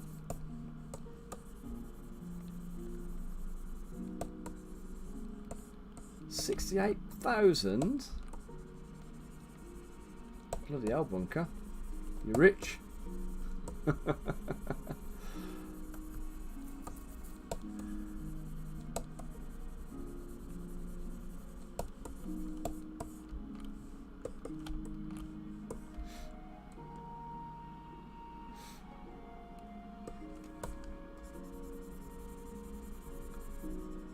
Yeah, I was thinking about putting something in that you could use points for, but I was not sure what.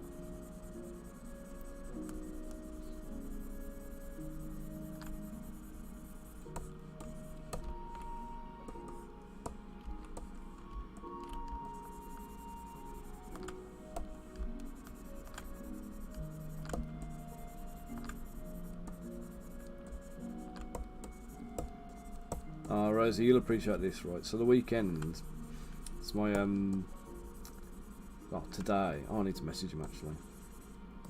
Today it's my my niece's boyfriend's birthday. His 21st. So the weekend we went off to do an escape room with him, and it was a samurai themed one. And we were in this room with all of these, like, not bad lighting, really bad lighting, really hard to see, a lot of stuff in there. And there was all these things about, like, the samurai masters were wearing like green robes and red robes and stuff, and it was relating to all these pictures that were around the walls. I thought they were all bloody grayscale. I couldn't even tell that there was any colour in any of these pictures. I mean, it's quite desaturated and washed out anyway, but I literally couldn't see it. That's like I say, if they were relying on me there, we'd have never got that one complete.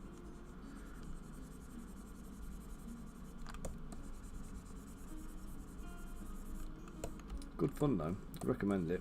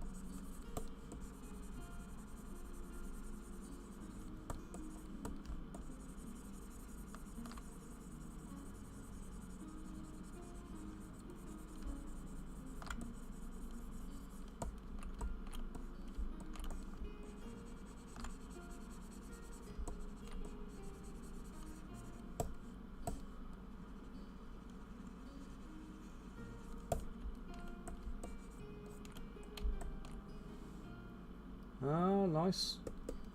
Manchester far from you, or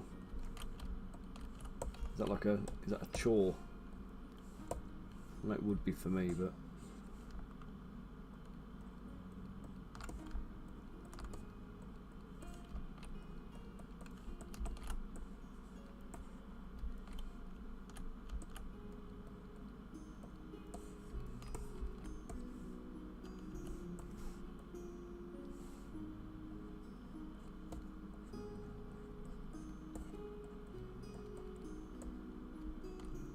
oh, nice. You gotta go on a Monday night. Can you just say, oh, it's a school night? Can't come, it's a school night.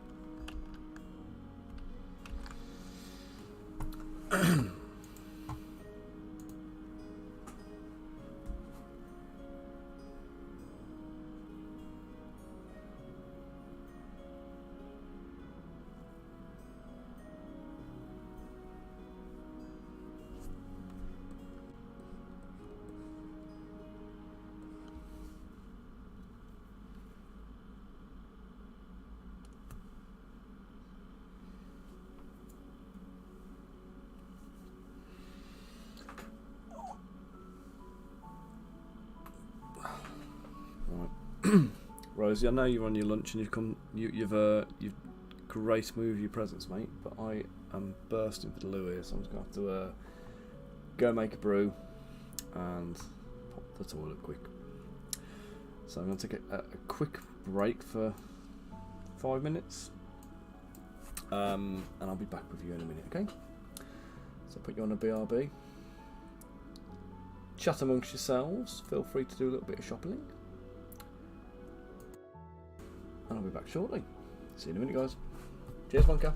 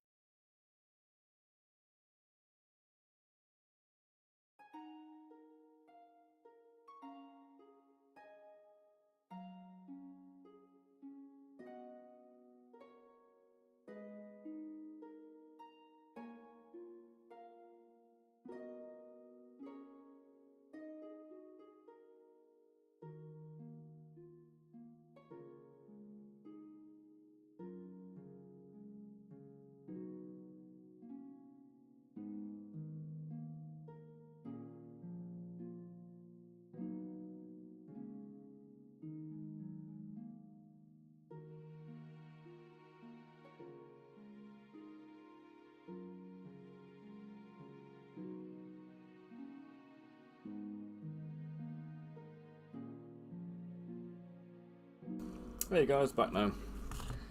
Just go and feed the tortoise. It's not a euphemism. Literally, I've just given her some food and put her out for a little run on the grass.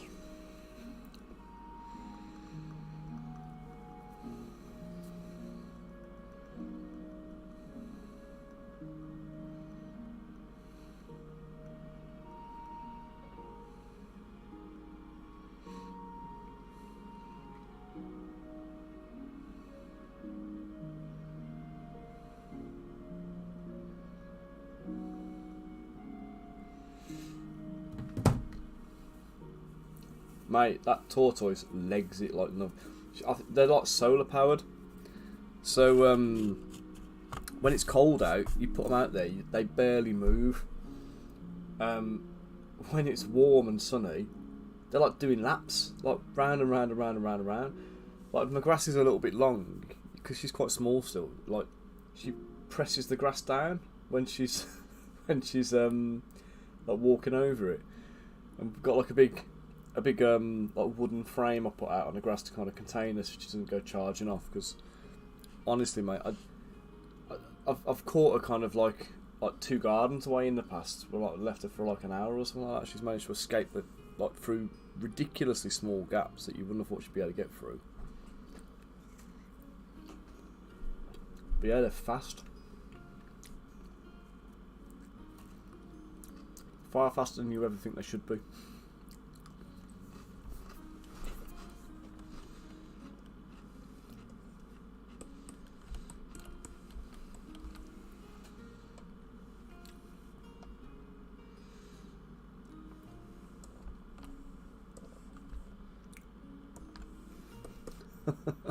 Yeah, like Houdini, man. It's like literally you put her on the grass. If you haven't got her contained in a pen, you take your eye off her for 2 minutes and you're having to hunt the garden to find her. And we caught her. Our garden's I'll say about 40 metres long, and we've placed her at the front of the garden before, and in like a 15-minute window she's made her way right to the very back. So, you know, I mean, it's 40 metres in 15 minutes really, but you know, it's still faster than you think a tortoise should be able to go.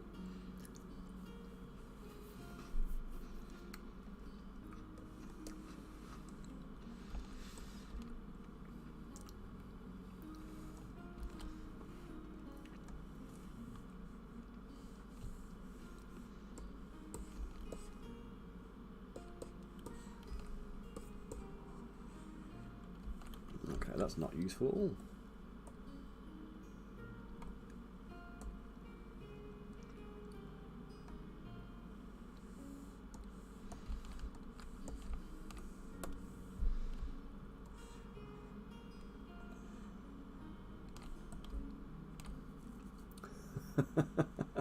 It's solar powered, mate.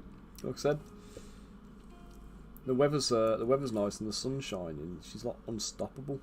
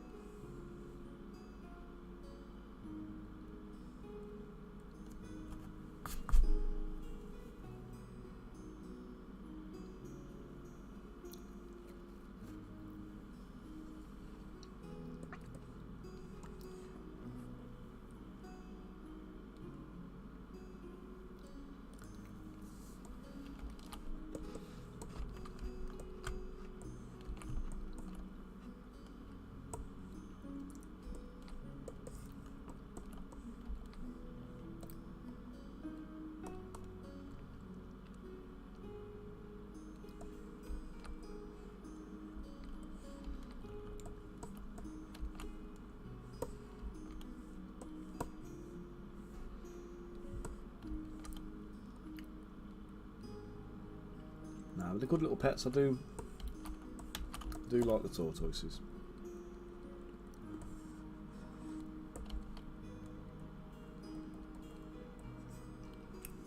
The kids love her.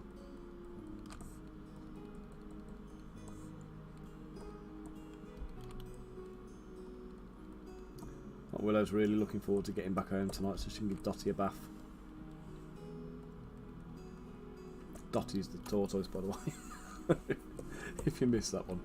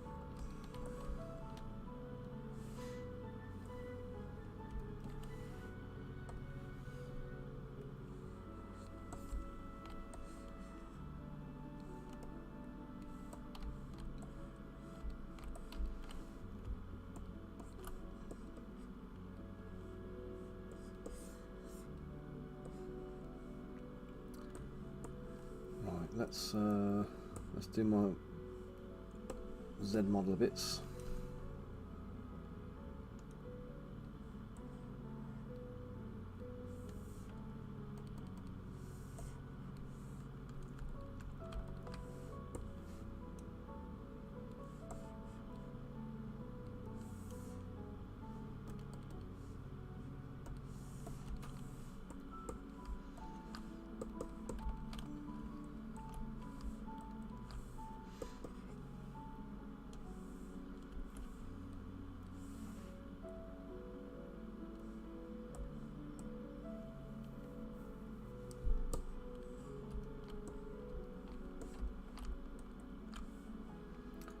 Slice this one. Let's do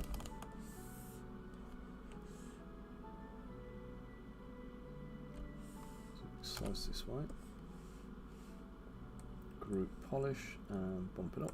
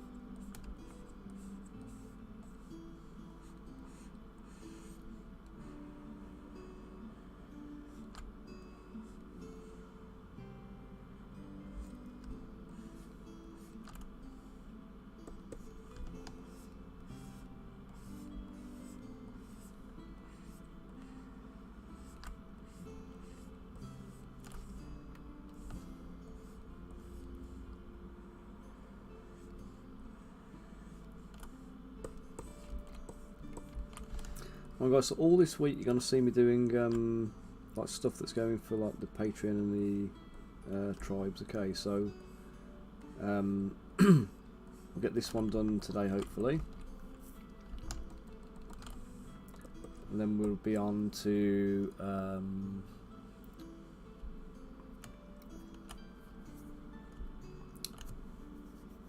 I've got bandits to do. Got a few more City Watch guys, including Rosie's dog. Although actually I might do the dogs as like a Warhounds pack, I think, and then we can add them on. I want to do like my sister's dogs and stuff as well.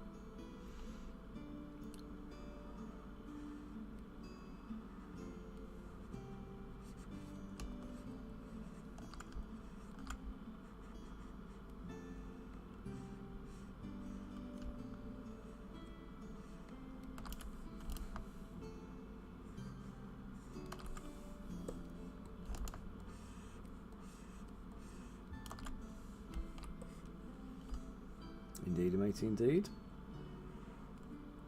So yeah, I haven't forgotten. Just hasn't got around to doing it yet.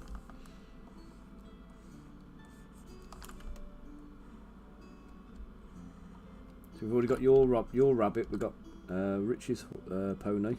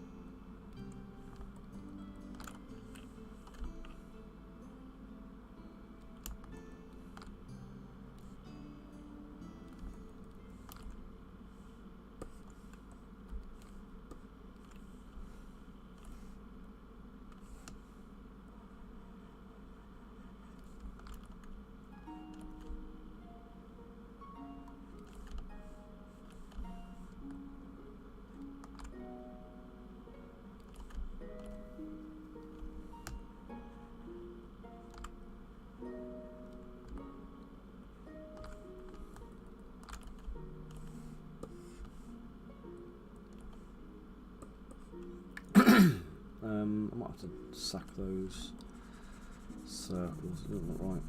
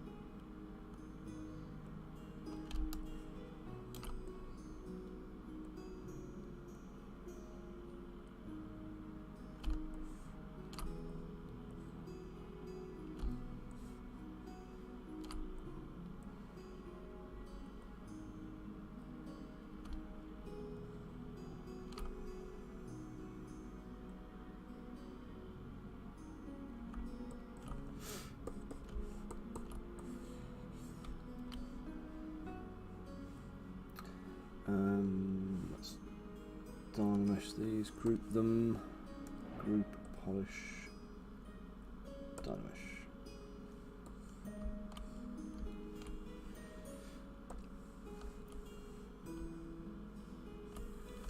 I'm going to go to mask, circle.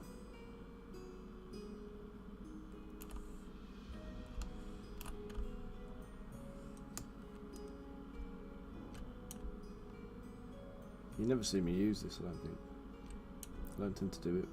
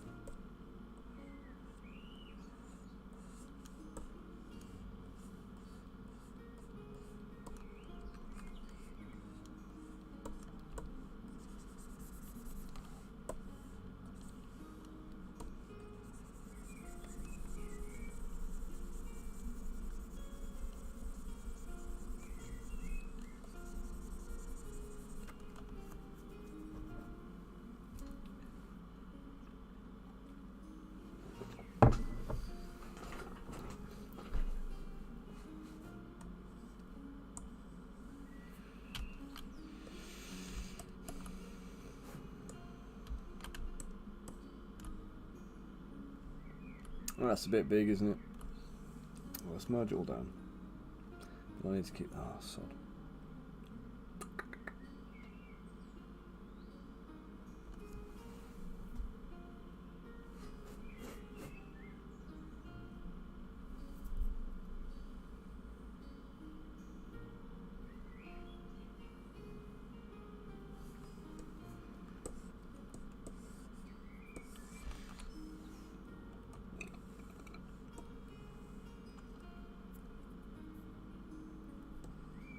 Nah, mate, we're all good.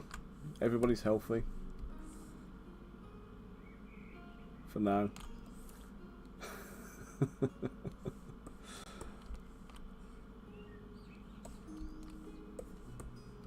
So the kids are at school, so there's always time for that to change, but...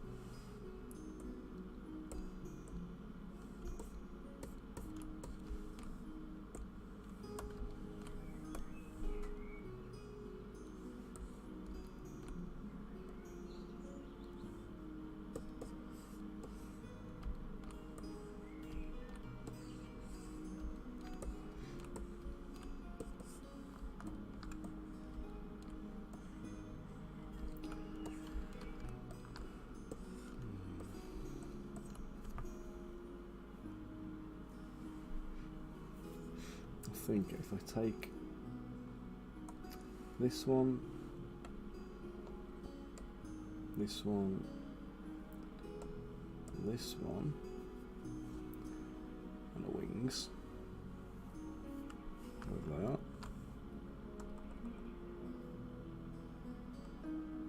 But if I take these three, I can shrink them down.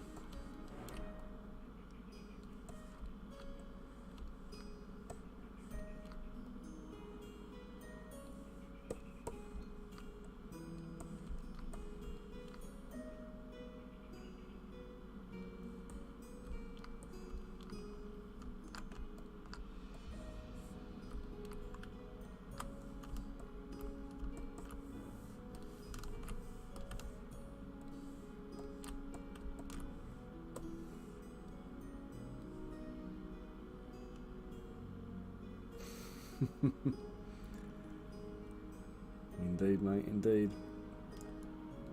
This is the thing, that they're always fine, like over a weekend for the most part. It's when you get into the beginning of the bloody week and they're back at the school with all the friends and stuff like that, and all the germs are going around. And hygiene in schools is terrible. Like, I mean, during COVID, all they taught the kids was how to wash the bloody hands. And now it's like,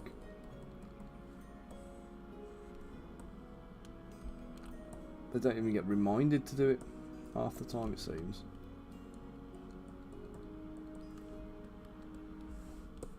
I mean, we're on it, you know what I mean?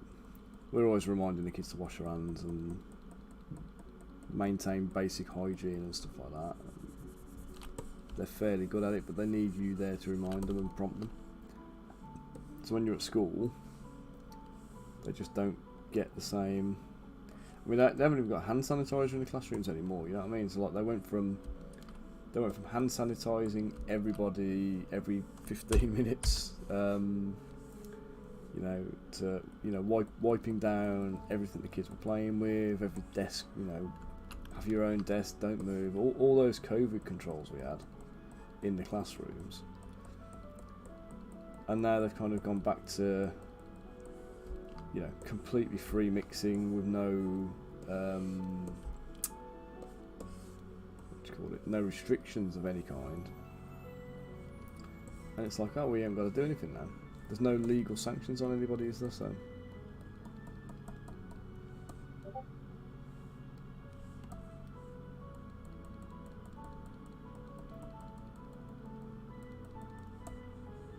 And obviously, I know we were dealing with COVID, but yeah, that's it. It's like there's not even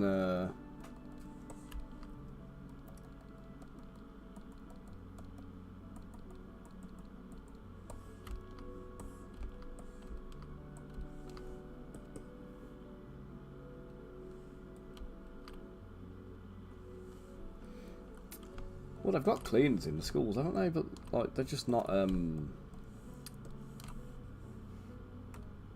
They're there at the end of the day. Oh, do you mean people being cleaner, or actually people who are cleaners? So I read that as people who are cleaners. You know that, them cleaner people. Let's get them in.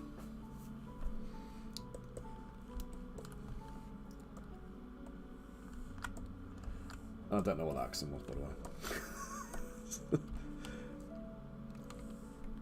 Some kind of terrible abomination of a northern accent of some kind, but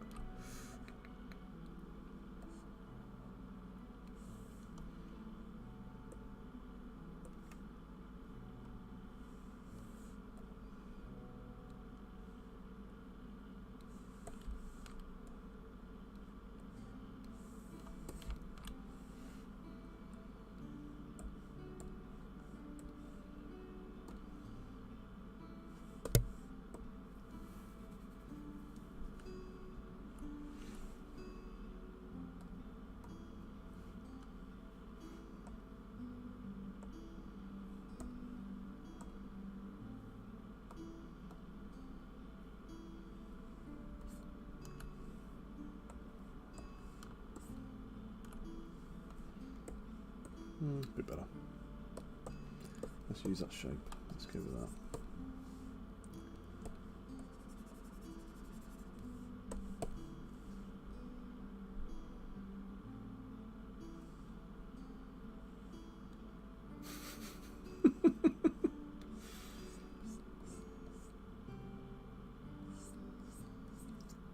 When I worked at the co-op during lockdown, I swear people used the clothes they wore to wipe after themselves. What do you mean?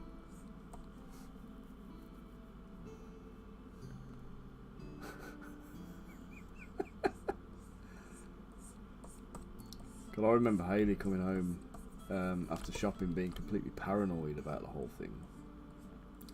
And she'd gone out and she's like in a hysterical fit about that. You know, when they were kind of like creating huge dramas over shopping, and you're only allowed to go once a week, and you had to limit all your numbers and all this kind of business, and one-way systems around the supermarkets, and there were queues to get in and all that kind of stuff.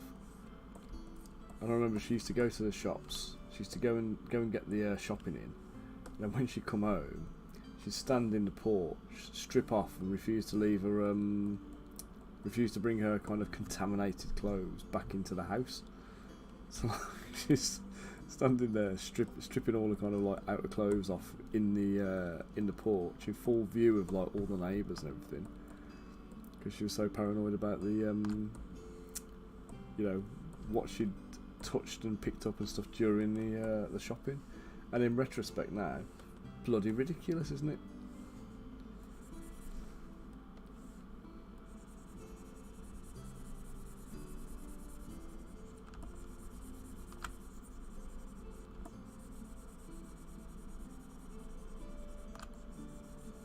I mean, I think if the government tried to introduce any of those kind of measures again, I think we'd all just be laughing at them and kind of giving them the finger, wouldn't we? Yep, no loo roll.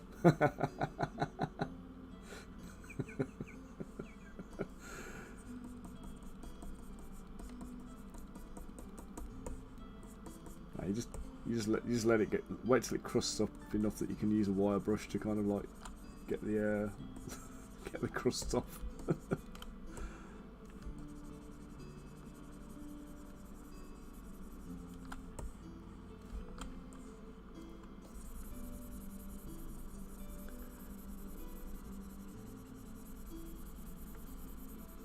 I apologise for that comment, by the way, because like my stomach is turning already at the thought of that. So I'm disgusted at myself for even thinking it.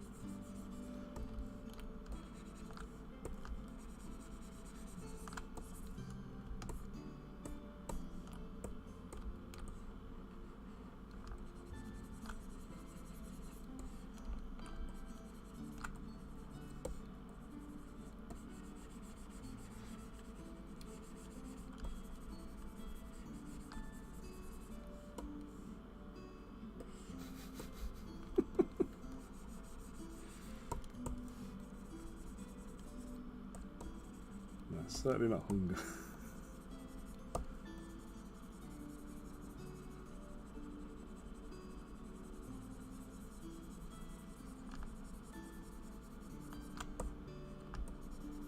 Although you're quite right, I haven't stopped for lunch today.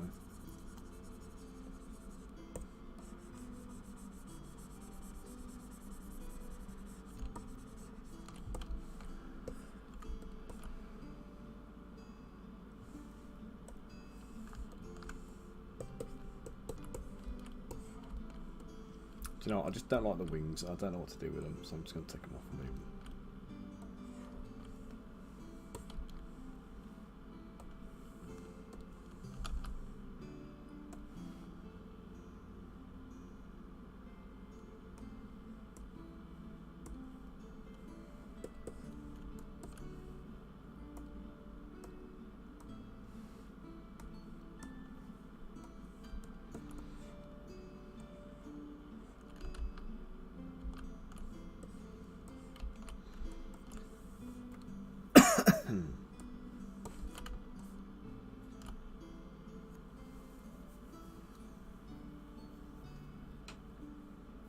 You not had your lunch today, Rosie?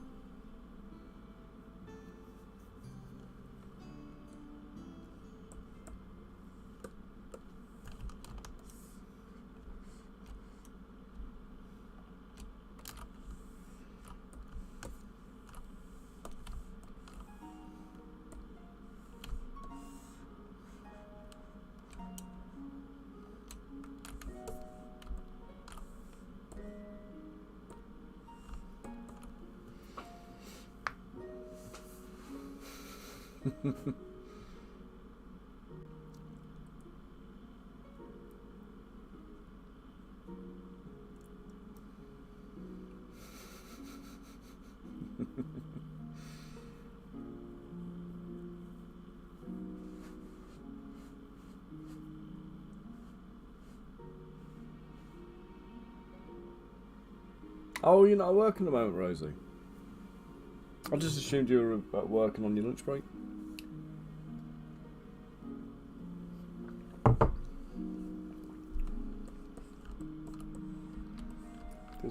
Felt like about the right time for you to be tuning in for that.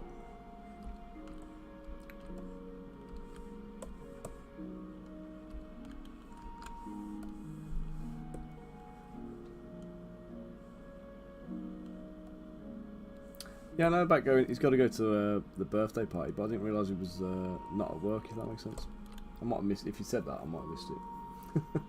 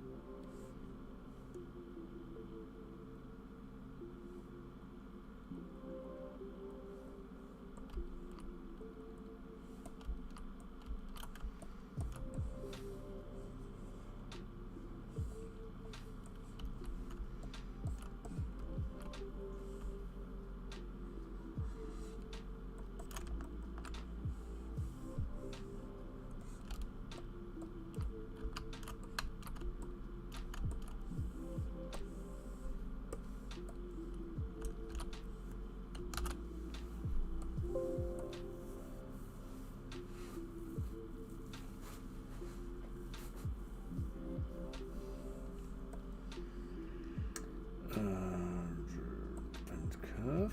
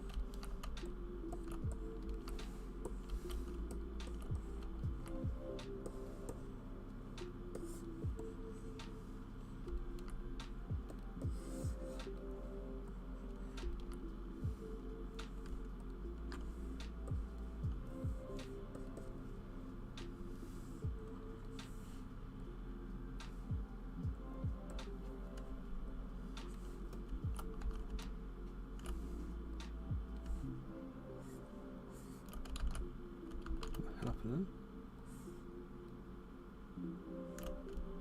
Ah, didn't know I had that one activated. That's not correct.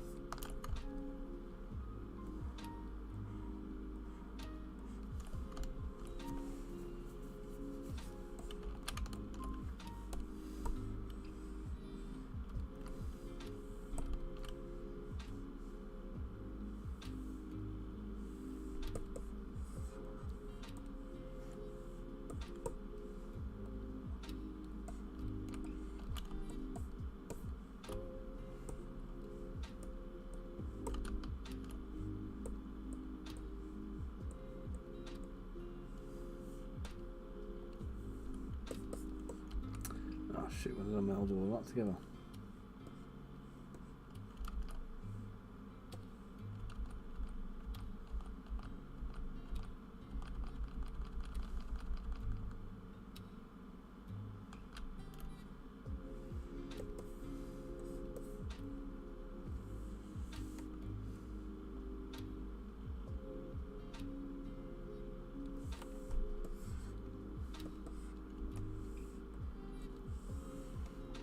Duplicate that.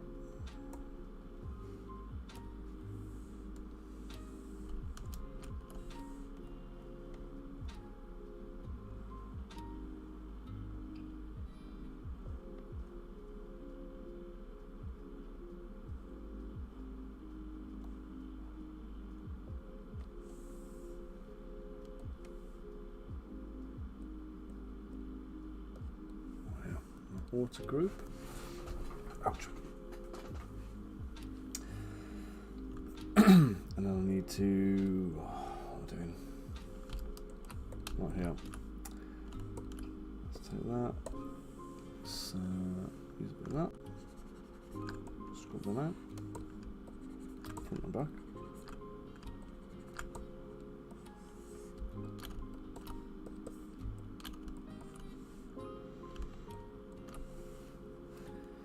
Let's delete the top bit. hidden. I'm going to take the one I've just made. I'm going to slice off the bottom there.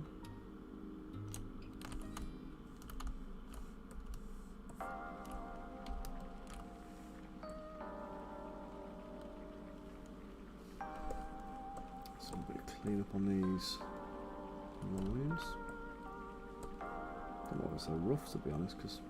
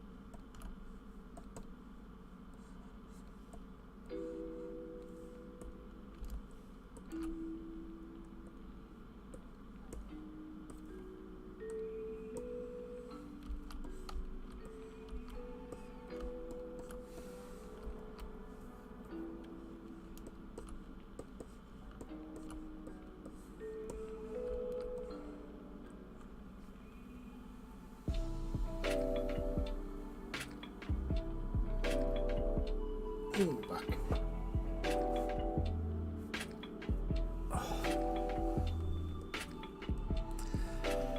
Okay, so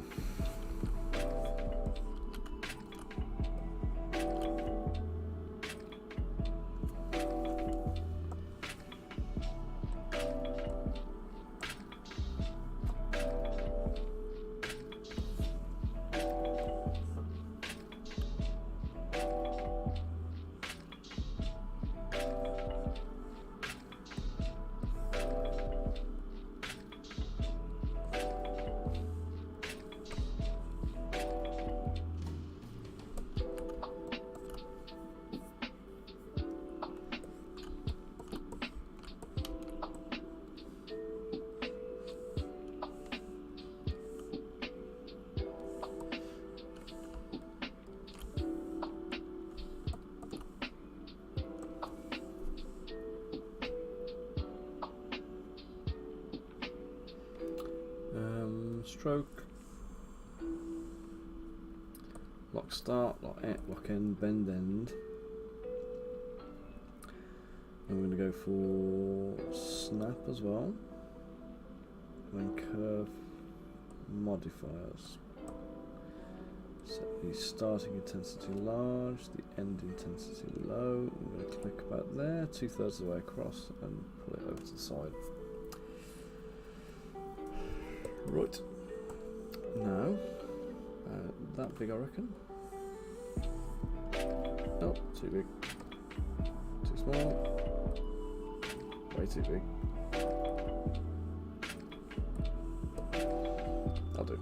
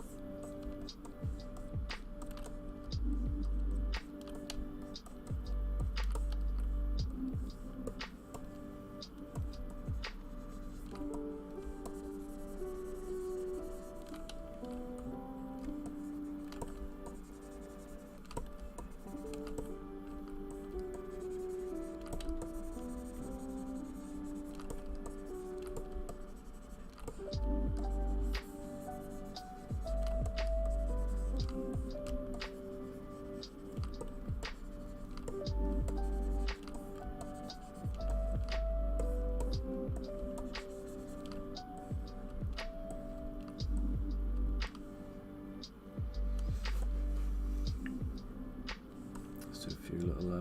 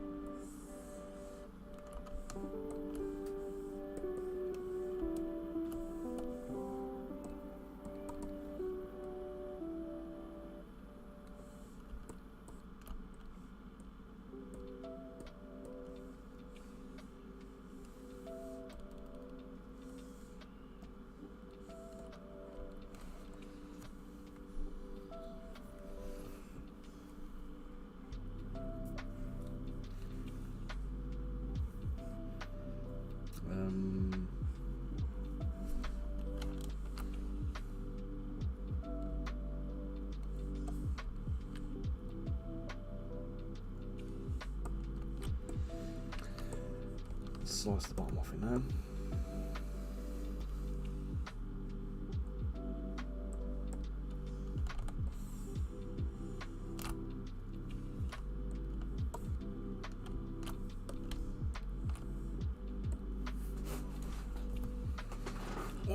Just adjust my position on the chair. Excuse all the creaking.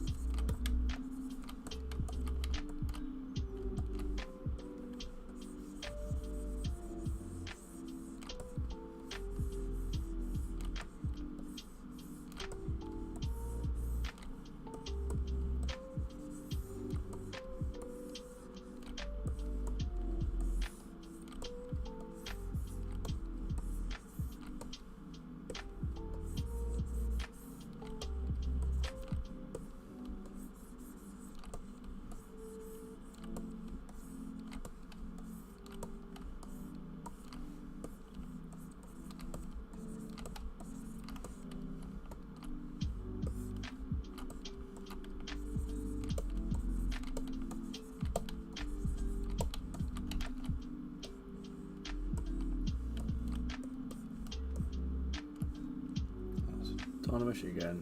Let's turn this off. Let's go in and let's dink up some of the edges.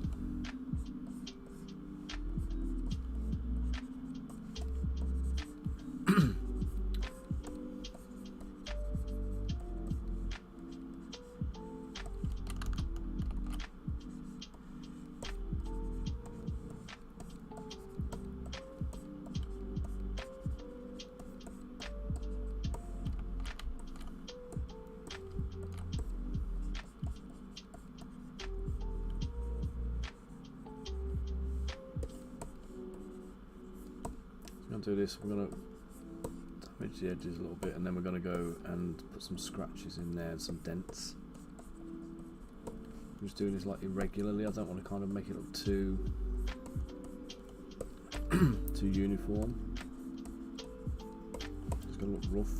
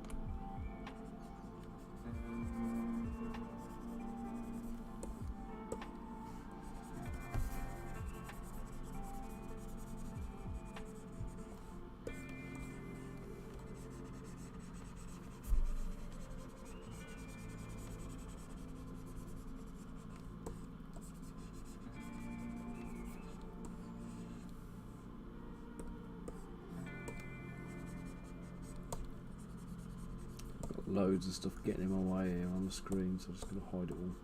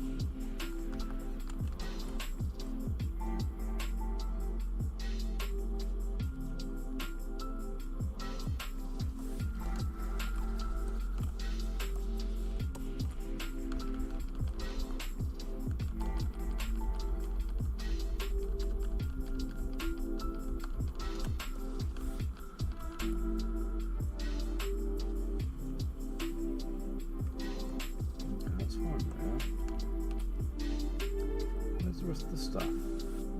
Why has it gone? Oh, there it is.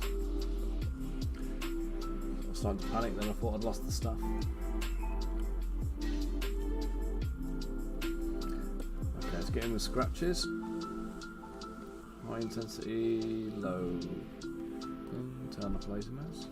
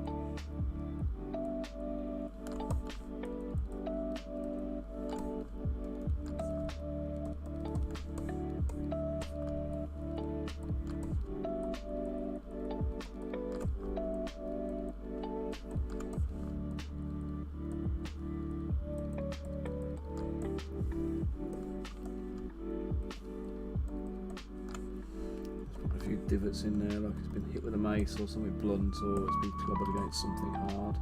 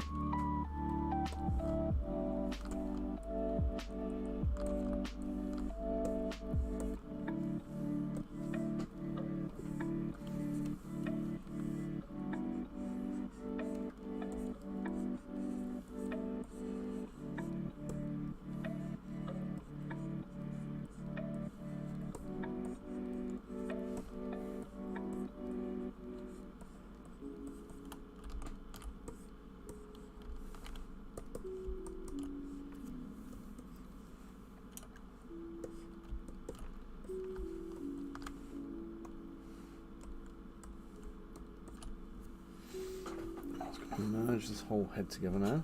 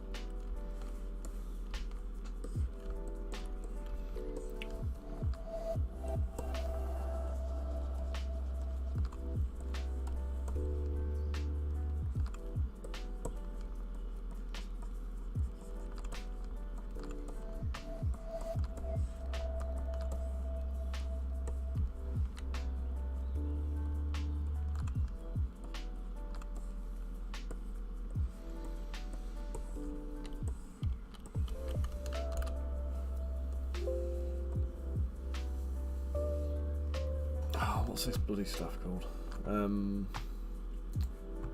Battle standard.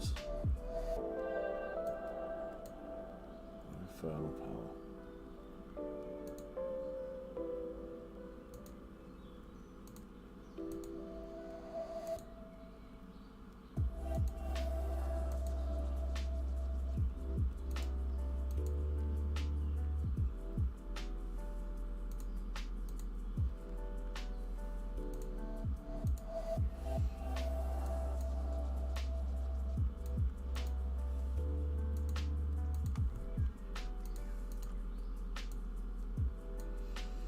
Okay, it's a big old file, this one is.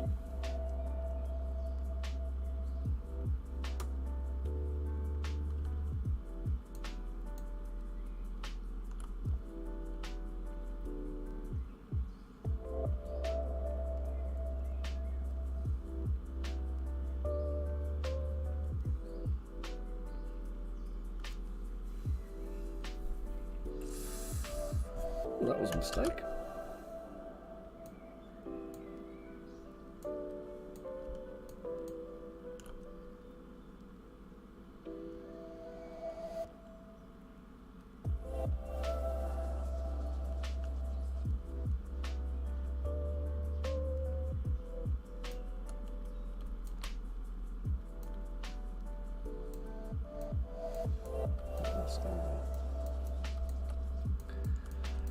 Okay, so let's export this as battle standard of infernal power. Balls.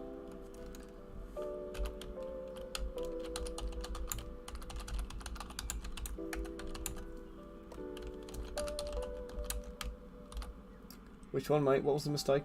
I've already forgotten.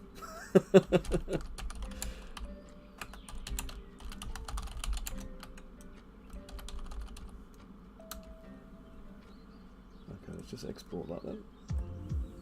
This is going into the component library.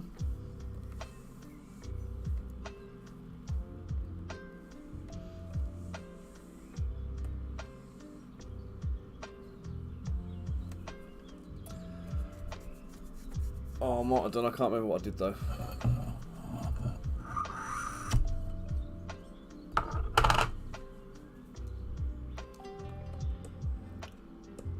I think I just deleted something I shouldn't have deleted, or hid something I was not supposed to hide, or basically did something stupid.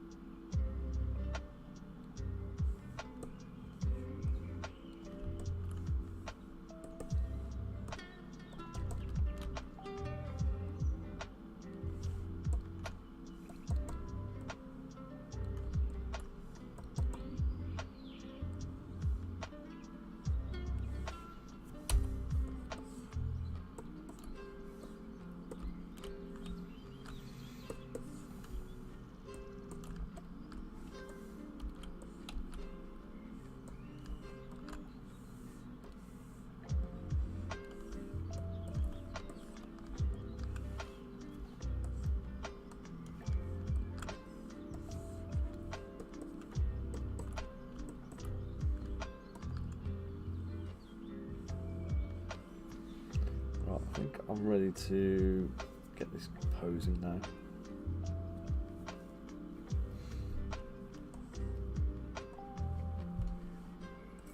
It's going to do merge visible.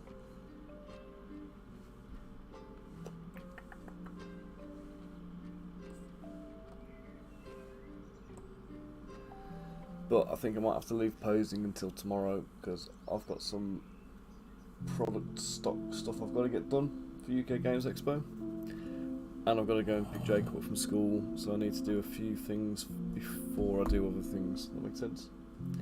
So guys, what I'm going to do, there's only a few of you on the stream, so I won't raid out and have to go through the whole rigmarole of kind of raid and run kind of business. I'll be back tomorrow, so streaming again, usual time, 10 o'clock. I'll get this character posed up tomorrow and finalise and whatever else. And then I've got a wizard who has been permanently transmogrified into a otter to make Traxigor. So a little otter wizard will be a nice little sculpt for tomorrow. And also Lulu the Holophant, who is like a little gold elephant with fairy wings. Well, not fairy wings, but like bird wings. So, Rosie, have a cracking day tomorrow. Have a cracking night tonight, and enjoy your party. And wish you a good recovery tomorrow. I'll catch up with you Wednesday. Everybody else, I will see you tomorrow morning. If you want to come and join me, and we'll get this posing done, finalise the model, and chuck it into the Lychee for some supports and stuff as well. Okay guys, thank you all for tuning in, and I will catch you later. So later taters.